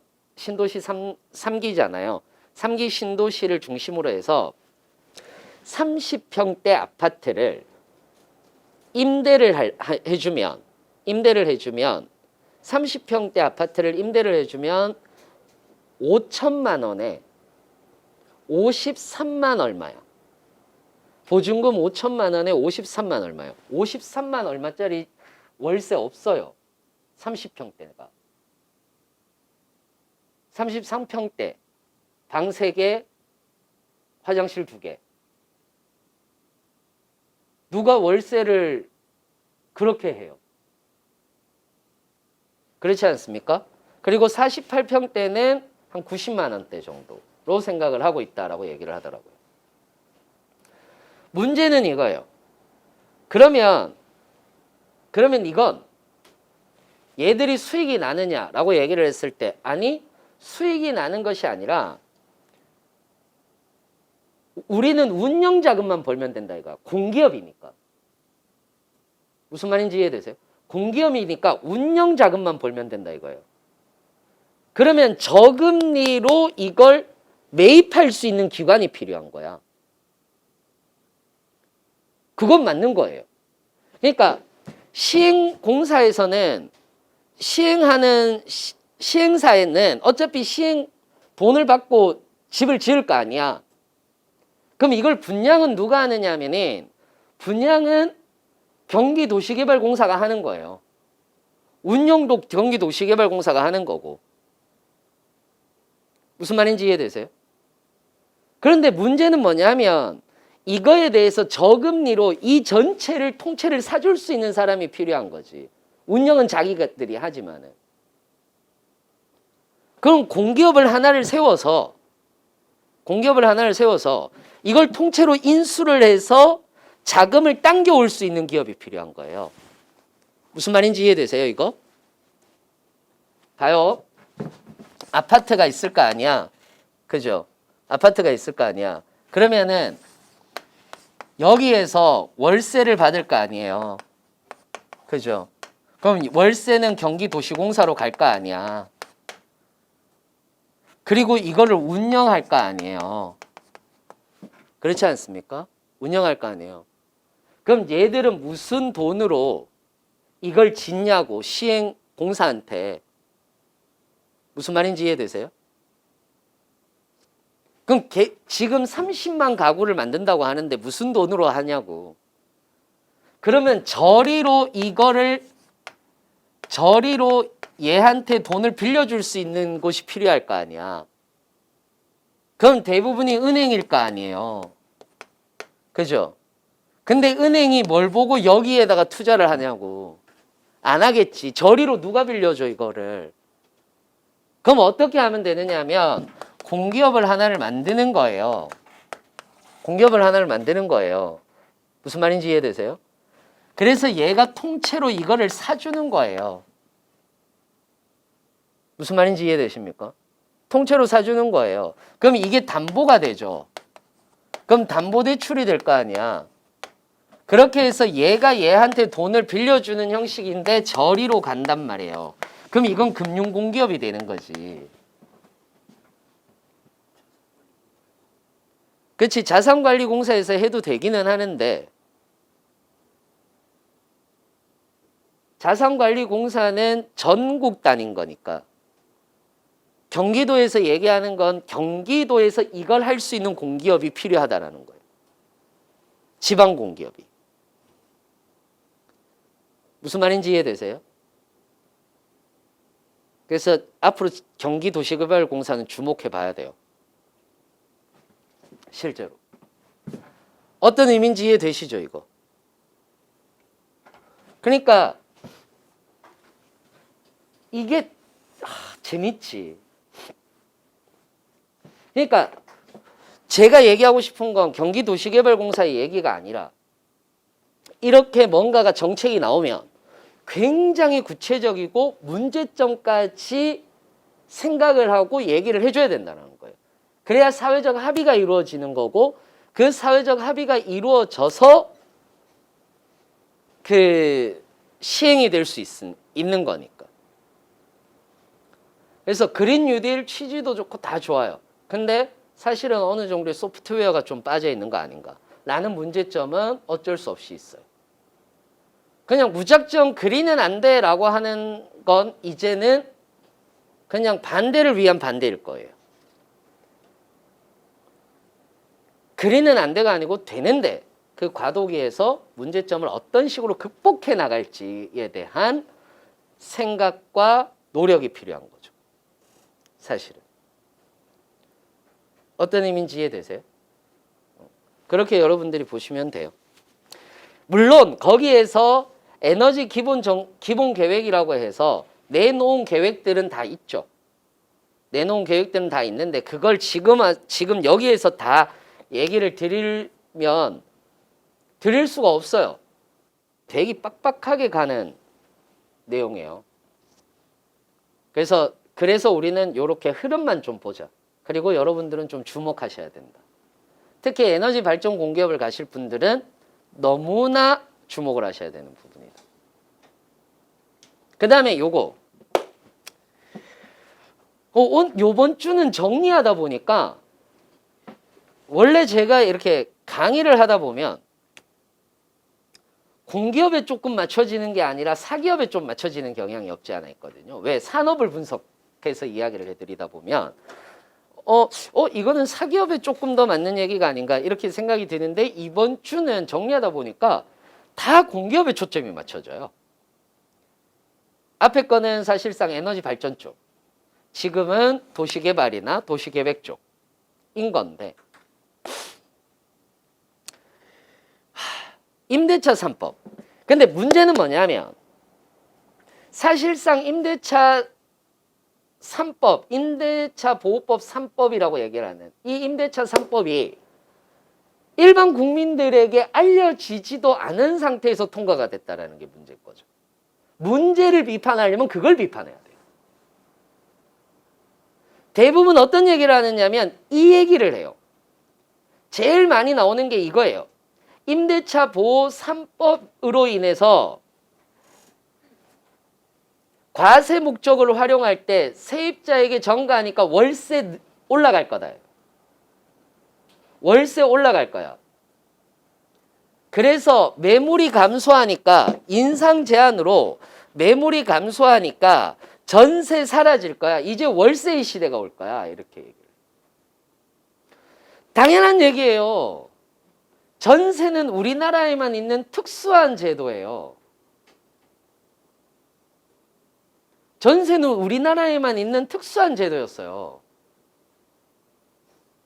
다른 나라에 전세의 개념이 있어요? 없어요. 다른 나라는 다 월세예요. 우리나라에만 특이하게 이게 있고 보증금도 특이한 거예요. 우리나라는. 월세 낼 때 보증금 내고 월 얼마씩 내잖아요. 아니에요. 보증금이 있는 것도 우리나라는 특이한 거고 전세가 있는 것도 우리나라는 특이한 거예요. 사실. 전세가 왜 생긴지 아세요? 봐요. 전세가 왜 생겼느냐면 이것 때문에 생긴 거예요. 전세가 예전에 한창 개발할 때 박정희 시대 때나 전두환 시대 때 한창 개발할 때 우리나라의 금리가 높았어요. 어마어마했어요. 금리가 높았다고. 그때 금리가 15%, 10% 이랬어요. 누가 돈 빌려서 집을 사? 그리고 은행은 개인에게 대출을 해주지 않았을 때예요. IMF 이후로 개인에게 대출을 해줬지 IMF 이전에는 대부분 개인에게 대출을 해주지 않았어요. 그러니까 개인 대출이 없었다고. 없던 시절이 있었어요. 그래서 돈을 모아서 집을 사죠. 집주인이. 그래서 집을 매매하면 매입했다라고 합시다. 집을 매입하면 매입한 집 주인이 있을 거 아니에요. 근데 어디에 또 집을 또 사고 싶은 거야. 어디에 오른다라고 하니까. 그렇잖아요. 어디에 오른다고 하니까 집을 사고 싶은 거야. 오케이. 여기에 집을 또 샀어요. 이제 집이 2개잖아. 그죠? 근데 집을 여기에 또 하나 사고 싶어요. 그럼 여기에는 원래 월세를 살고 있던 사람한테 이런 얘기를 하는 거예요. 그럼 이 사람은 이제는 돈을 더 벌어서 살 수가 없는 거야. 무슨 말인지 이해되세요? 살 수가 없으니까 자기가 가진 돈에다가 얼마를 좀 더 보태면 이 집을 살 수 있을 것 같은데 대출이 안 되잖아. 그래서 전세 제도를 만든 거예요. 무슨 말인지 이해되세요? 그래서 연 단위로 한꺼번에 월세를 받는 형태, 그 대신 돌려주는 형태. 빌리는 거잖아. 집주인이 누구한테 빌리는 거예요? 전세자에게 빌리는 거죠. 그래서 돌려줄 때 어떻게 돌려줘요? 다 돌려주는 거잖아. 근데 문제가 생기지. 어떤 문제가 생기냐면 가만 생각해 보면 전세 세입자는 주인한테 돈을 맡기는 게 아니라 돈을 빌려주는 거잖아. 돈을 빌려주는 거면 이자가 붙어서 와야지. 무슨 말인지 이해되세요? 이자가 붙어서 와야지. 근데 이자가 안 붙어서 오잖아. 2년 지났는데 이자가 하나도 없어. 그렇잖아요. 그냥 끝이야. 1억이면 끝. 2억이면 끝. 끝인 거야. 이자가 붙어서 들어와야 되는데 난 빌려준 건데. 사실은 전세는 빌려준 개념이거든요. 무슨 말인지 이해되세요? 그럼 그 이자를 지금까지 뭘로 퉁쳤느냐 하면 야, 너 또 우리 집 썼잖아. 그럼 집 사용료 줄 거야? 그럼 그거 이자하고 퉁쳐서 원금은 줄게. 이건 거예요. 무슨 말인지 이해되셨죠? 그러니까 전세라는 개념은 원래 그렇게 생겨난 거예요. 그러면 집값이 오르면 전세값이 원래 떨어졌어요. 지금 집값이 오르죠? 전세란이라고 얘기 안 하잖아. 왜냐하면 집값이 오르면 집값에 대한 차익이 있을 거 아니에요. 돈을 빌려받는 거라며. 아까 전세는. 그러면은 그 차익만큼 까지는 게 전세인 거예요. 무슨 말인지 이해되세요? 그래서 집 가격이 올라가면 전세가는 내려가요. 무슨 말인지 이해되시죠? 집 가격이 떨어지면 전세가는 올라갈 수밖에 없어요. 왜? 그 차익을 메꾸기 위해서. 메우기 위해서. 무슨 말인지 이해되세요? 그런데 전월세 상한제를 하면 인상률을 제한을 하면 매물이 감소되고 전월세를 신고를 해야 되니까 이 세부담을 세입자에게 전가해서 월세 오를 거야 라고 얘기를 하는 거예요. 월세 오를 거야 라고 얘기를 하는 거예요. 자, 그럴 수 있어요. 근데 지금 이렇게 문제점을 이야기를 하는 건 임차인이 아닌 임대인에 대한 입장인 거잖아요. 지금 모든 기사들이 저는 이 임대차 3법에서 가장 큰 문제는 뭐냐면 모든 기사들이 임대인을 위해서 써주고 있다는 거예요. 임대인 큰일 나, 임대인 큰일 나, 임대인 큰일 나잖아. 무슨 말인지 이해되세요? 임차인 큰일 나는 없어요. 왜냐? 임차인은 좋거든. 보세요. 전월세 신고제라고 해서 거래일로부터 30일 내 전월세 거래 내용을 모두 신고하게 돼 있어요. 임대인이나 임차인 모두 다 신고해야 되는 거예요. 부동산 거래 신고. 나 여기에 월세 삽니다. 이렇게. 그러니까 나 말고 다른 사람이 거주하면 안 되는 거예요. 나 여기 월세로 얼마 주고 있습니다. 전세로 얼마 주고 있습니다. 이렇게 사는 거예요. 왜 이거를 신고하게 하느냐? 상한제 때문에 그래요. 임의로 얘가 올릴 수가 없어요. 야, 다음 달부터 내년부터 우리 전세 좀 올려야 되겠는데? 이렇게 할 수가 없다라는 거예요. 이렇게 못하도록 만든 게 전월세 상한제예요. 왜? 젠틀리피케이션도 있잖아. 이게 임대인이나 임차인이나 했을 때 우리가 주택에만 사는 게 아니라 상가 건물도 있을 거 아니에요. 그럼 젠틀리피케이션 현상도 막기 위해서 마음대로 못 올리는 거예요. 야, 여기 잘 되니까 올리자. 이게 안 되는 거예요. 그래야지 원주민들이 안 떠나니까. 원주민들이 안 떠나니까. 젠틀리피케이션을 막자라는 취지예요, 이거. 거기다가 요게 재밌는 거죠. 계약갱신 청구권을 도입했어요.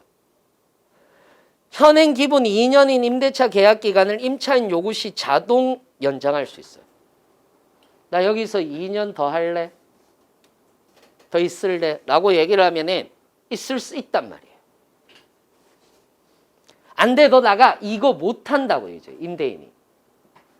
그래서 2 플러스 2년 2라고 얘기를 해요. 이게 2 플러스 2법이라고 얘기를 하는 거예요. 그래서 일명. 그래서 2 플러스 2 플러스 2까지 2회 연장할 수도 있어요. 그러니까 6년간 살 수도 있는 거예요. 그 집에서. 내가 마음에 들면. 그러면 임대인은 언제 그 집에서 이 임차인을 내보낼 수가 있느냐 하면, 야, 안 돼. 나 갱신 못 해줘, 이제. 라고 얘기를 해서, 얘기를 할 때는 어떨 때 얘기를 해야 되느냐면, 나 그 집 들어가서 살 거야. 할 때. 또는 내 아들내미가 그 집 가서 살 거야. 할 때만 계약이 무효화되는 거예요. 그때는 6개월 전에 통보를 해줘야 돼요. 6개월 전에 통보를 해주지 않으면 자동 연장이에요. 그럼 지가 들어가서 살더라도 못하는 거예요. 무슨 말인지 이해되세요? 그러니까 이거는 철저하게 임차인을 위한 법이에요. 임대인을 위한 법이 아니에요. 왜 이 정도까지 해놨는지 아세요? 이 정도까지 해야 집 2개를 안 가지지.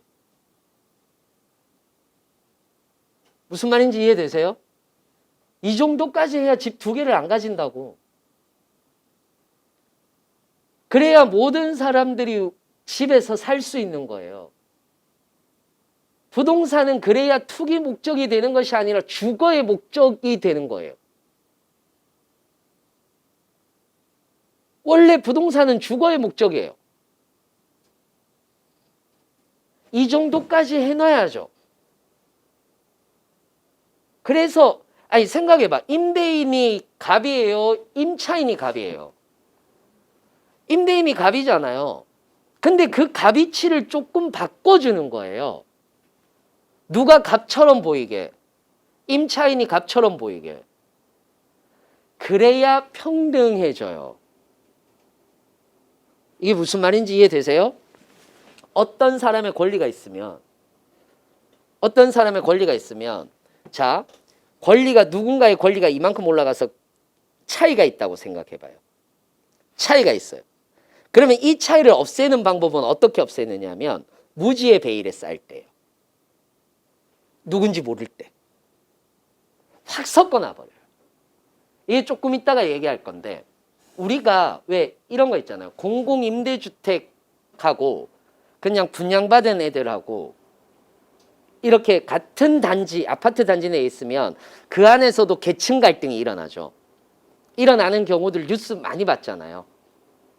그래서 막 심지어는 저기 임대주택이라고 하면서 애들도 가르고 저기하고 놀지 말라고 그러고 그런 뉴스들 많이 나왔잖아요. 이거 한 번에 해결할 수 있는 방법이 있어요. 누가 임대주택인지 모르면 돼요. 그럼 분양주택과 임대주택의 구조를 똑같이 만들면 돼요. 비슷하게 만들면 돼요. 야, 저기는 임대주택이더라. 복도식은 임대주택. 이런 인식을 안 하게끔 하면 돼요. 그럼 누가 임대주택인지 모르면 이 안에는 누군가가 임대주택은 있겠지만 누군지는 몰라. 그러면 그 안에서 계층이 만들어질 수가 없어요. 이게 무지의 베일이거든. 그래서 아예 무지의 베일에 쌓이거나 그런데 어쩔 수 없이 알 때예요. 어쩔 수 없이 알 때. 그럼 계층이 이렇게 있으면 여기까지 이렇게 올려주는 거예요. 그럼 어찌 했다가 맞춰지는 거예요. 이거를 여기서 똑바로 올리면 얘는 무조건 얘를 밑으로 내려요. 무슨 말인지 이해되세요? 왜냐하면 위치 자체가 갑이잖아. 임대인은 위치 자체가 갑이잖아.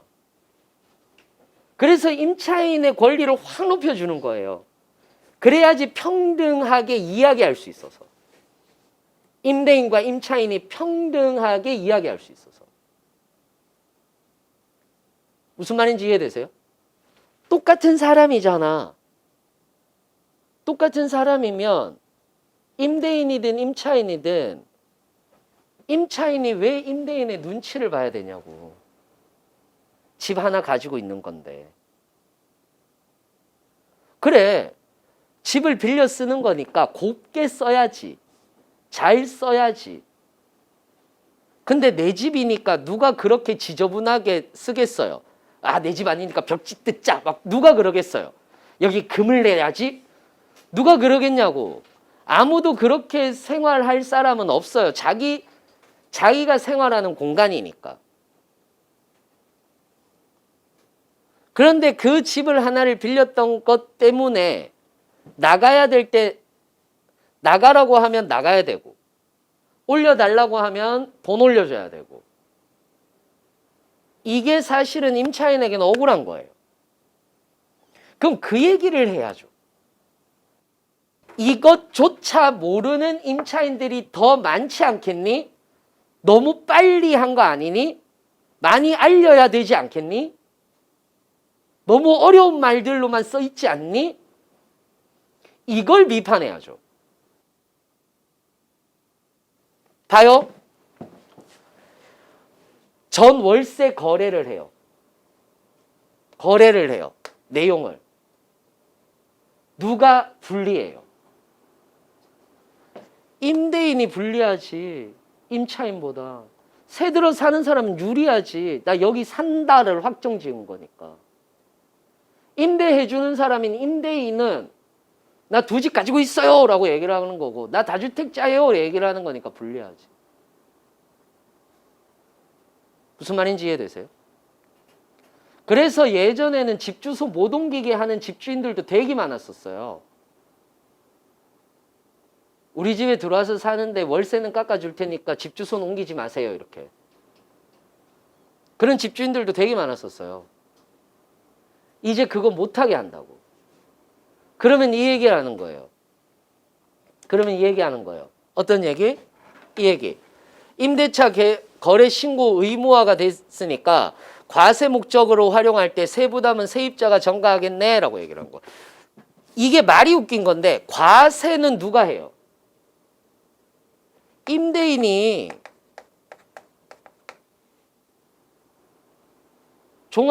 종부세 때문에 임대인이 한다고. 그럼 그것 때문에 월세 늘 거야 라고 얘기를 한다고요. 마치 세입자가 피해를 받는 것 같지만 아니에요. 임대인이 피해를 받으니 이쪽으로 넘어갈걸? 이렇게 얘기를 하고 있는 거예요.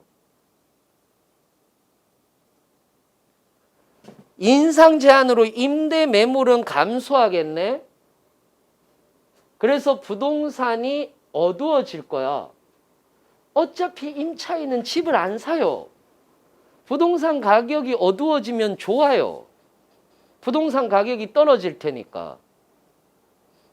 이건 정확하게 임대인을 위한 거잖아요. 인상분을 앞당겨 받는 등 가격을 급등시킬 것이다 라고 얘기를 했어요. 가격 제한 걸린다니까. 인상분이 존재를 하는 게 임대인이잖아. 그렇잖아요. 이게 문제인 거예요. 임대인이 다 문제야. 그래서 나중에 되면 임차인도 문제 생길걸? 이라고 하면서 비판을 하고 있는 거예요. 정확하게. 그러면서 사실은 이것도 문제인 거예요. 뭐냐? 이거는 중앙일보에서 나왔고 이건 한겨레 기사거든요. 한겨레 기사인데 이거 한겨레 기사에서 이 얘기가 나왔어요. 서울 더 답답해진다. 그러니까 진보 성향을 가진 쪽도 어떤 얘기를 하고 있느냐면 8사 주택 공급 대책을 까고 있어요. 정확하게 얘기하자면 이해를 못하고 있는 거예요. 이해를 못하고 있는 거예요. 자, 공공참여, 말이 어려워요. 공공참여형 고밀 재건축이라는 단어예요. 들어보셨나요? 자, 우리는 LH나 SH공사를 가실 분들은 이걸 엄청 듣게 될 겁니다. 공공참여형 고밀 재건축이라는 단어입니다. 이게 무슨 말이냐? 봐요. 이게 되게 어렵게 돼 있어요. 뭐 공공관리자가 소유자 3분의 2 동의해서 시공자, 설계자, 우수업체 선정하고 공공관리자가 분양주택 공급을 해서 주거 지원을 계층을 한다. 뭐 그래서 기부채납 2분의 1 임대를 하고 뭐 그다음에 뭐 기부채납은 분양을 4분의 1 그다음에 임대를 4분의 1 하겠다. 뭐 이렇게 얘기를 하거든요. 말도 안 되는 얘기고 이게 어려운 얘기예요. 자, 요것만 하시면 돼요. 용적률은 300에서 500% 수준으로 완화시키겠다. 요것만 기억하시면 돼요. 용적률을 300에서 500%로 완화시키겠다.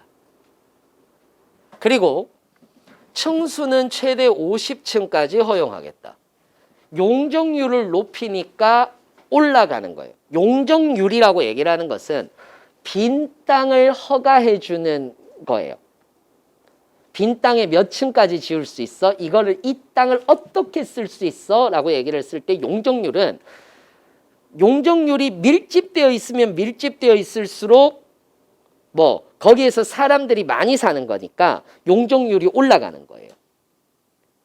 그럼 우리는 일반 땅이니까 용적률이 높다라는 건 아예 집을 붙여서 짓거나 무슨 말인지 이해되세요? 아예 집을 따닥 붙여서 짓거나 아니면 높이 짓는 거예요. 그게 용적률을 하는 거거든요. 지금까지 대부분 임대주택은 30층 제한이었어요. 30층 제한이었어요. 거기에서 대부분 기존 재건축 같은 경우는 어떻게 됐었느냐면 민간 기업들이 집을 짓는 경우가 있잖아요. 그러니까 주택을 짓는 경우가 있잖아요. 그러면은 이 주택을 지어서 분양을 해서 돈을 얻으면은 뭐를 해야 돼요? 세금을 내야 되죠. 세금을 깎아주는 대신에 뭐를 했느냐면 기부 체납이라는 것을 했어요. 그 기부 체납이라는 거 얘기를 하는 것이 뭐냐면은 니들 아파트 중에서 몇 가구 정도를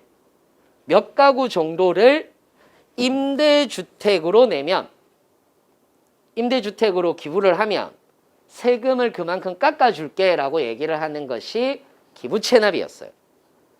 그래서 얘들이 꼼수를 쓰는 거였어요. 뭐냐면 예를 들어서 시공사가 한 단지를 만들어요. 그러면 한 단지에 뭐 4개 동이나 5개 동이 있을 거 아니에요. 그럼 4개 동이나 5개 동 중에서 1개 동을 기부를 하는 거예요. 무슨 말인지 이해되시죠? 왜냐하면 용적률이 250%밖에 안 되니까 더 높이는 못 지으니까 한 25층짜리 지어가지고 한 동을 주는 거예요. 그럼 얘들은 뭐 해야 돼요? 얘들은 싸져야 되잖아. 그러니까 싸져야 되니까 뭐를 하느냐면 다른 집은 계단식으로 짓는데 여기만 복도형으로 짓는 거야. 그게 싸게 먹히니까. 복도형이 훨씬 짓는데 싸요. 계단식보다. 계단식은 들어가는 입구가 3개잖아. 예를 들어서 뭐 만약에 6호까지 있으면 여기 1, 2호, 3, 4호, 5, 6호 이런 식으로 돼 있잖아. 그럼 들어가는 입구가 3개잖아요. 그러면은 이렇게 지어야 되니까 굉장히 비싸게 지을 수밖에 없거든. 그런데 복도식은 여기하고 여기에만 입구 출구를 만들면 되잖아. 그리고 중간에 엘리베이터 하나만 있으면 되지. 무슨 말인지 이해되세요? 그리고 복도로 연결해서 방만 넣으면 되잖아. 이게 시공이 훨씬 쉬워요. 복도식이. 그래서 고급 주택으로 갈수록 복도식이 없는 거예요. 무슨 말인지 이해되세요? 복도식이 없는 거예요. 오피스텔이 그래서 복도식이 많은 거예요. 왜? 그래야지 많은 방을 넣을 수 있어서. 무슨 말인지 이해되세요? 그래서 기존에는 어떻게 했느냐면 구분이 되는 거야. 야, 쟤들 임대주택이다. 이렇게. 같은 단지 내에 살아도. 무슨 말인지 이해되세요? 그런데 이제 용적률을 높였어. 용적률을 높였다는 말은 인구 밀도를 완전히 높였다는 얘기거든요. 그러면은 더 높이 지을 수 있는 거야. 그래서 50층까지 짓게 해준 거예요. 50층까지. 무슨 말인지 이해되세요? 그래서 이거를 공공참여형 고밀 재건축은 이거는 한 동 자체를 기부하는 게 아니야. 어떻게 하느냐면 용적률을 높여 놓으니까 한 건물을 지어요. 이거 50층이야. 뭐 로얄층은 여기일 거 아니야. 그죠? 그럼 여기는 일반 조합원이나 일반 분양하라 이거야. 그리고 저층에 몇 가구, 이쪽에 몇 가구를 임대하라. 무슨 말인지 이해되세요? 그래서 이거 기부 체납하라는 거예요. 누가 도와줄게? LH나 SH가 도와줄게. 용적률을 LH가 SH가 잡아주는 거예요. 우리 신도시 한다? 오케이, 우리가 땅 사줄게. 이걸로 시공해. 그 대신 여기에서 벌어들이는 돈에 얼마를 기부해야 되는데 이 기부를 우리 LH가 어느 정도 또는 SH가 어느 정도 여기에 투자를 해줄 테니까 여기에 몇 가구 이상을 기부 체납을 해. 무슨 말인지 이해되세요? 이해되시죠? 그래서 그러면은 어떻게 되느냐면 50층으로 올라간단 말이에요. 50층짜리가 많아질 거예요. 그래서 한겨레에서 얘기가 나오는 거예요. 뭐라고? 서울 더 답답해진다고. 50층짜리가 많아지니까. 아파트가 많아져요 라고 얘기를 하니까. 근데 왜 이렇게 용적률을 올리느냐? 문제는 뭐냐면 봐요. 파리의 용적률이에요. 파리의 길을 보세요. 어떻게 돼 있나요? 거미줄처럼 돼 있죠. 그래서 길게 뻗어 있어요. 이렇게. 길게 뻗어 있고 좁게 뻗어 있어요. 이러면 뭐가 좋으냐 하면은 아케이드가 생겨요. 길가에 상가 건물이 생긴다. 무슨 말인지 이해되세요? 이게 상업 중심 도시예요. 이게 상업 중심 도시예요. 그러면 어떻게 되느냐면 그 길가에는 젊은 사람들도 들어오고 차를 타고 가면서 나이가 조금 있는 사람들은 차를 타고 갈 거 아니에요. 그러면서도 소비가 이루어지는 거고. 무슨 말인지 이해되세요? 그러니까 나이 든 사람과 젊은 사람들이 혼재되는 공간들을 만들어서 소비 구매력을 완전히 일으켜낼 수 있는 게 이런 구조의 형태예요. 그래서 용적률이 높아요. 높이 짓지 않더라도. 그래서 파리 가보시면 아시겠지만 건물들이 따닥따닥 붙어 있는 거예요. 용적률을 높인 거예요. 그리고 그 뒷골목 쪽으로는 정원이라든지 이런 것들이 있는 거죠. 이런 식으로. 앞에를 붙여놓고 뒤에를 정원으로 만드는 이런 형태가 유럽의 형태잖아요. 근데 우리나라는 어떻게 했는지 보세요. 87년에 자대구 그쪽. 그죠? 이게 뭐 할 때 쓰는 겁니까? 밭대기 자를 때 이렇게 잘라요. 그러니까 우리는 농부의 마음으로 도시를 개발했고 얘들은 상인의 마음으로 도시를 개발한 거예요. 이건 전형적인 농민 마인드예요. 농민을 무시하는 게 아니에요. 농사를 지으려면 어떻게? 정사각형으로 해야 돼요. 정사각형의 계획도시가 좋은 게 아니에요, 결코. 왜냐? 정사각형의 계획도시는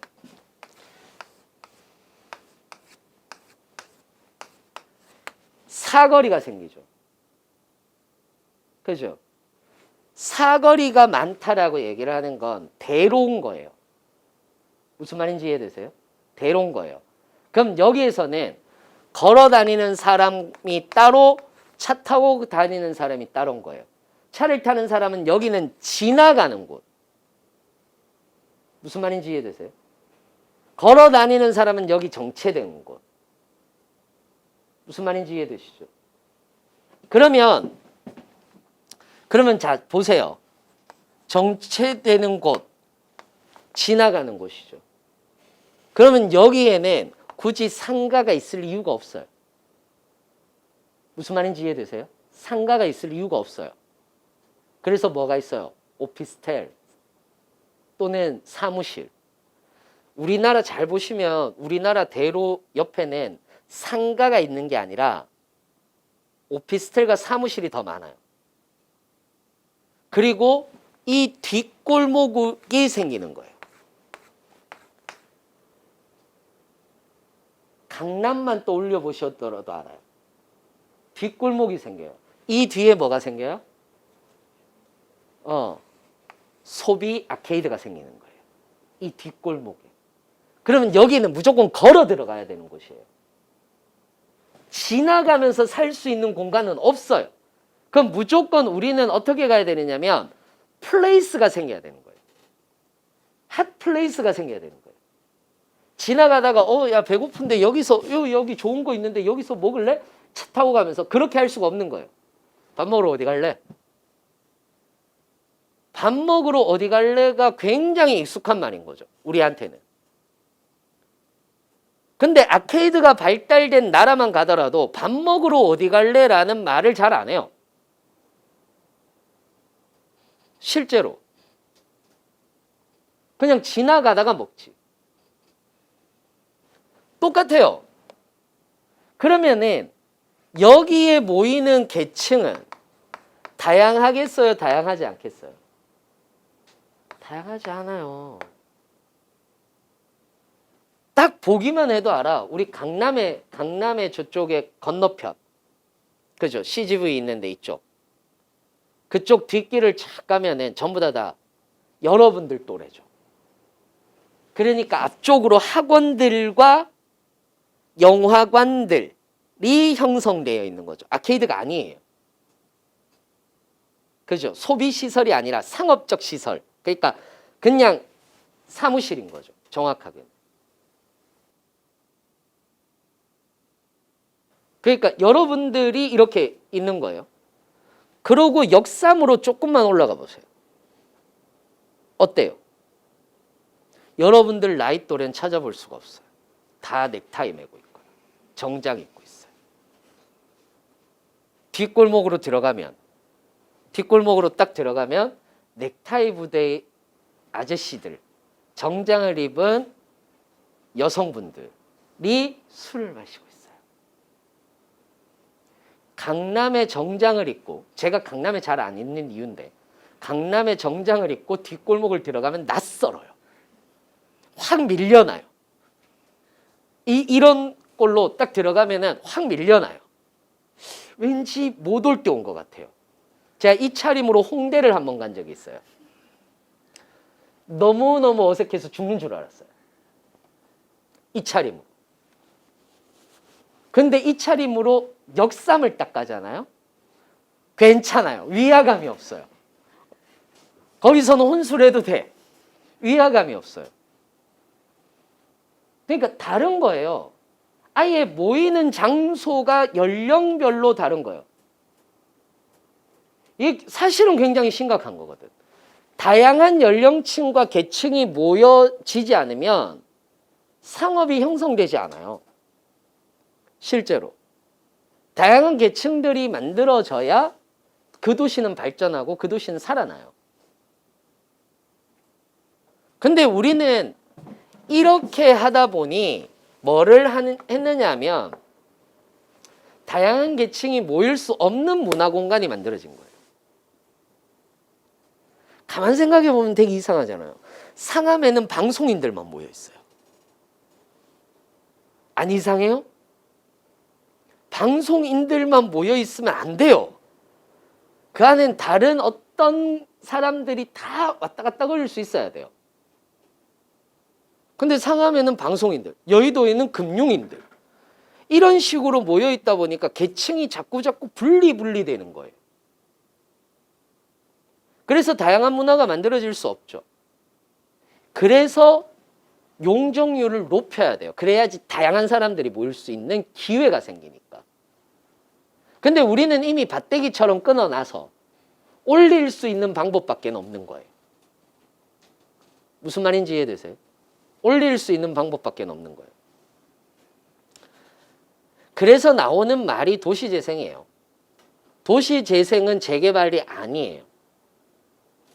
다시 얘기하자면 도시재생은 여기에 젊은 사람들이 모일 수 있는 공간, 나이 든 사람들이 모일 수 있는 공간들을 만들어서 조성하고, 그걸 생활 밀착형 SOC라고 하거든요. 그걸 조성하고, 그래서 다양한 사람들이 들어갔다 나갈 수 있고 원주민들이 그 안에서 생활할 수 있는 그런 공간을 만드는 것이 도시재생. 이미 노후화되어 있는 도시. 무슨 말인지 이해되세요? 그래야 도시의 슬럼화를 방지하는 거예요. 이게 앞에서 얘기한 거하고 연결돼요. 이렇게 도시재생을 하면서 그린 뉴딜 정책을 같이 하는 거예요. 주택에게 그린 사업을 제공하고, 예를 들어서 공공임대주택을 만들 때도 녹색 건축물에 대한 기준을 적용해서 녹색 건축물로 만들어야 되는 거고, 도시재생을 할 때도 생활 밀착형 SOC는 이제 재생에너지라든지 그 다음에 전기충전소 인프라라든지 전기차 충전소 인프라라든지 이런 쪽으로 생활 밀착형 인프라가 만들어져야 돼요. 그러면서 더더욱이 재교육할 수 있는 문화센터들도 만들어져야 돼요. 무슨 말인지 이해되세요? 그러니까 도시재생과 그린 뉴딜은 같이 가는 거예요. 같이 가는 거예요. 이것 따로 가는 게 아니에요. 지금 그린 뉴딜을 자꾸 산업통상자원부가 가지고 가고 있고, 도시재생을 자꾸 국토교통부가 가지고 가거든. 둘이 합쳐져야 돼요. 믹스가 돼서 자꾸 이 부분이 합쳐져서 나가야 되거든요. 그렇게 나가야 도시재생은 성공할 수 있습니다. 실제로. 그래서 용적률이 높아진다 정도만 알고 계시면 돼요. 정리를 하자면. 그래서 임대차 3법은 임차인들을 보호하는 것이고, 그리고 여기에서 중요한 거, 서울에서 이제 뭐가 우리가 앞에서 얘기한 이거 공공참여형 고밀 재건축이라고 얘기를 하는 것이 만들어지는데, 그 만들어지는 거는 서울에 아직까지 160%밖에 안 되는 용적률을 훨씬 더 높이는 것이고, 그렇게 해서 인구를 밀집시켜서 좀 더 다양한 사람들이 사회 갈등 없이 유지될 수 있도록 그렇게 해서 하는 또 다른 공공 참여형 사업 모델이다. 그 모델 안에는 그린 뉴딜 정책과 함께 같이 걸어가야지 성공을 할 수 있다. 라고 이렇게 이야기를 드립니다. 그래서 정리하자면 이겁니다. 코로나 이후 전 세계는 다른 길을 걸어가기 위한 노력을 하고 있습니다. 디지털 전환. 전 세계는 두 축으로 가고 있습니다. 디지털 변환 그리고 그린딜이라고 얘기를 하는 것으로 가고 있습니다. 사실은 이건 인류가 단 한 번도 경험해보지 못한 거예요. 고령화되는 사회, 인구 구조가 줄어드는 사회, 저금리의 사회, 저성장이 일반화되어 있는 뉴노멀의 시대는 우리 인류는 단 한 번도 겪어보지 않은 거예요. 경제가 성장하면서 기후변화에 대한 걱정을 해야 되는 사회, 환경 문제를 걱정하고 살아가야 되는 사회는 단 한 번도 이렇게 우리 불과 작년까지만 하더라도 이렇게 마스크 끼고 강의를 듣고 마스크 끼고 강의를 한다는 생각 안 해봤잖아. 근데 불과 1년 만에 지금 이게 자연스럽지 않나요? 오히려 벗고 싶기는 하지.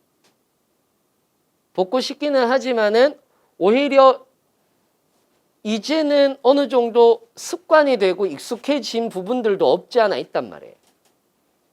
그럼 이제는 누가 옆에서 기침만 하더라도 마스크를 껴야 되는데 이런 생각을 하게 되는 거고, 손소독제는 일상적으로 있는 거고, 어쩌면 이게 일상이 되어 가고 있는지도 모르는 거예요. 사실은 우리 미래 SF에서 이런 걸 봤어. 방독면 쓰고 다니고. SF 영화에서 봤던 거야. 방독면은 아니지만 누가 전 국민이 이렇게 마스크를 끼고 다녀.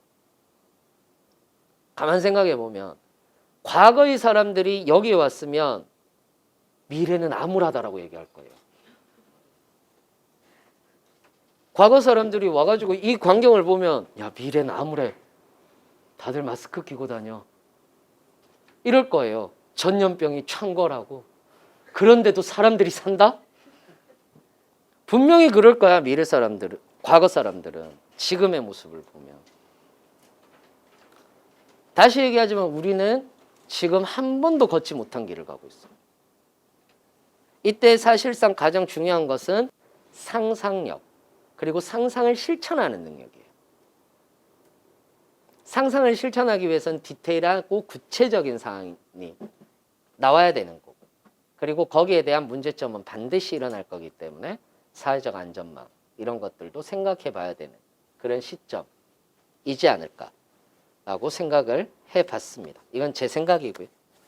제가 시사 인문학 때마다 항상 인문학이다 보니까 시사만 얘기하는 것이 아니고 상식만 얘기해 드리는 것이 아니라 교양 한 스푼 얹자는 의미에서 이런 주제와 조금 관련해서 항상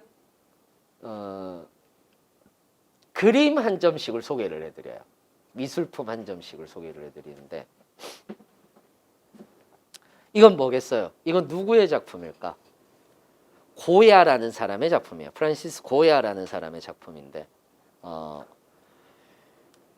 고야는 스페인 사람입니다. 스페인 미술가인데 언제적 사람이냐면 나폴레옹 시대의 사람이에요. 그래서 나폴레옹이 그 유럽 전역을 정복 전쟁하던 그 시절에 대부분의 유럽 사람들은 나폴레옹을 환영했습니다. 왜냐하면 프랑스 대혁명이 일어날 때, 프랑스 혁명이 일어날 때 외세를 막아줬던, 그래서 프랑스 혁명이 어느 정도 성공으로 이끌 수 있었던 건 나폴레옹이 외세의 침략을 막아줬기 때문이기도 하거든요. 그리고 군인으로서 백성들이 쿠데타를 일으키는 걸 또 눈 감아준 사람이기도 하고, 그러다 보니까 약간 유럽 쪽에는 와전이 돼서 나폴레옹이 약간 민주주의의 수호자처럼 되었었던 거예요. 수호자처럼 되었었던 거죠, 실제로는.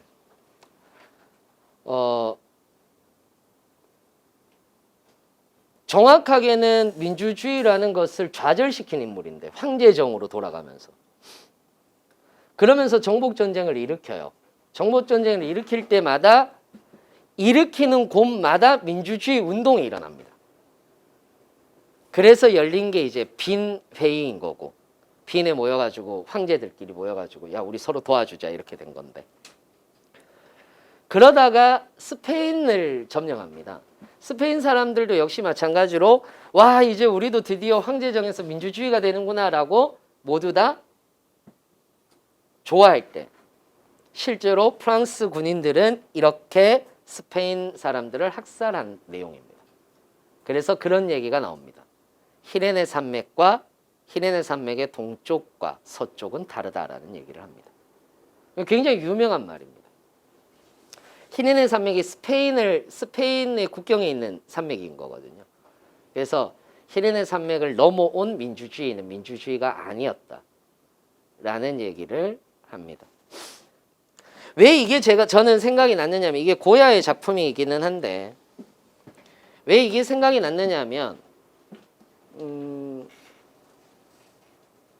지금 이 시점에서는 저쪽에서의 그린딜, 이쪽에서의 뭐, 저 세계에서의 뭐가 나오더라도 그것을 우리나라에게 도입하더라도 달라질 것 같아서입니다. 저쪽에서 얘기하는 민주주의와 우리 쪽에서 얘기하는 민주주의가 달랐듯이 그들이 기대하는 것이 다르게 죽음이나 총으로 왔듯이 우리도 이제는 누군가를 따라가거나 또는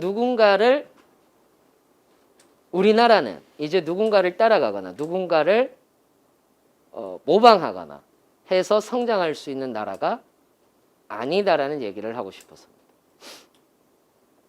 이제는 우리나라가 스스로 우리나라의 길을 개척해야 되고 그렇지 않으면 우리는 또 누군가한테 이렇게 죽을지도 모르고 또는 다른 동상이몽을 하는 사람들한테 사회적 갈등 또는 사회적 혼란을 겪을지도 모를 일이기 때문에 그렇습니다. 그래서 이제는 우리나라가 우리나라의 길을 걸어가야 될 때가 아닌가. 이제는 우리나라가 선도를 한번 해봐야 될 때가 아닌가. 그리고 우리는 그 시점에서 그 기로에 서 있는 것이 아닌가. 라고 생각을 했기 때문에 요 그림, 그냥 그런 것들이 떠올라서 저는 이 그림을 하나 소개를 시켜드립니다. 이상으로 마치겠습니다. 수고하셨습니다.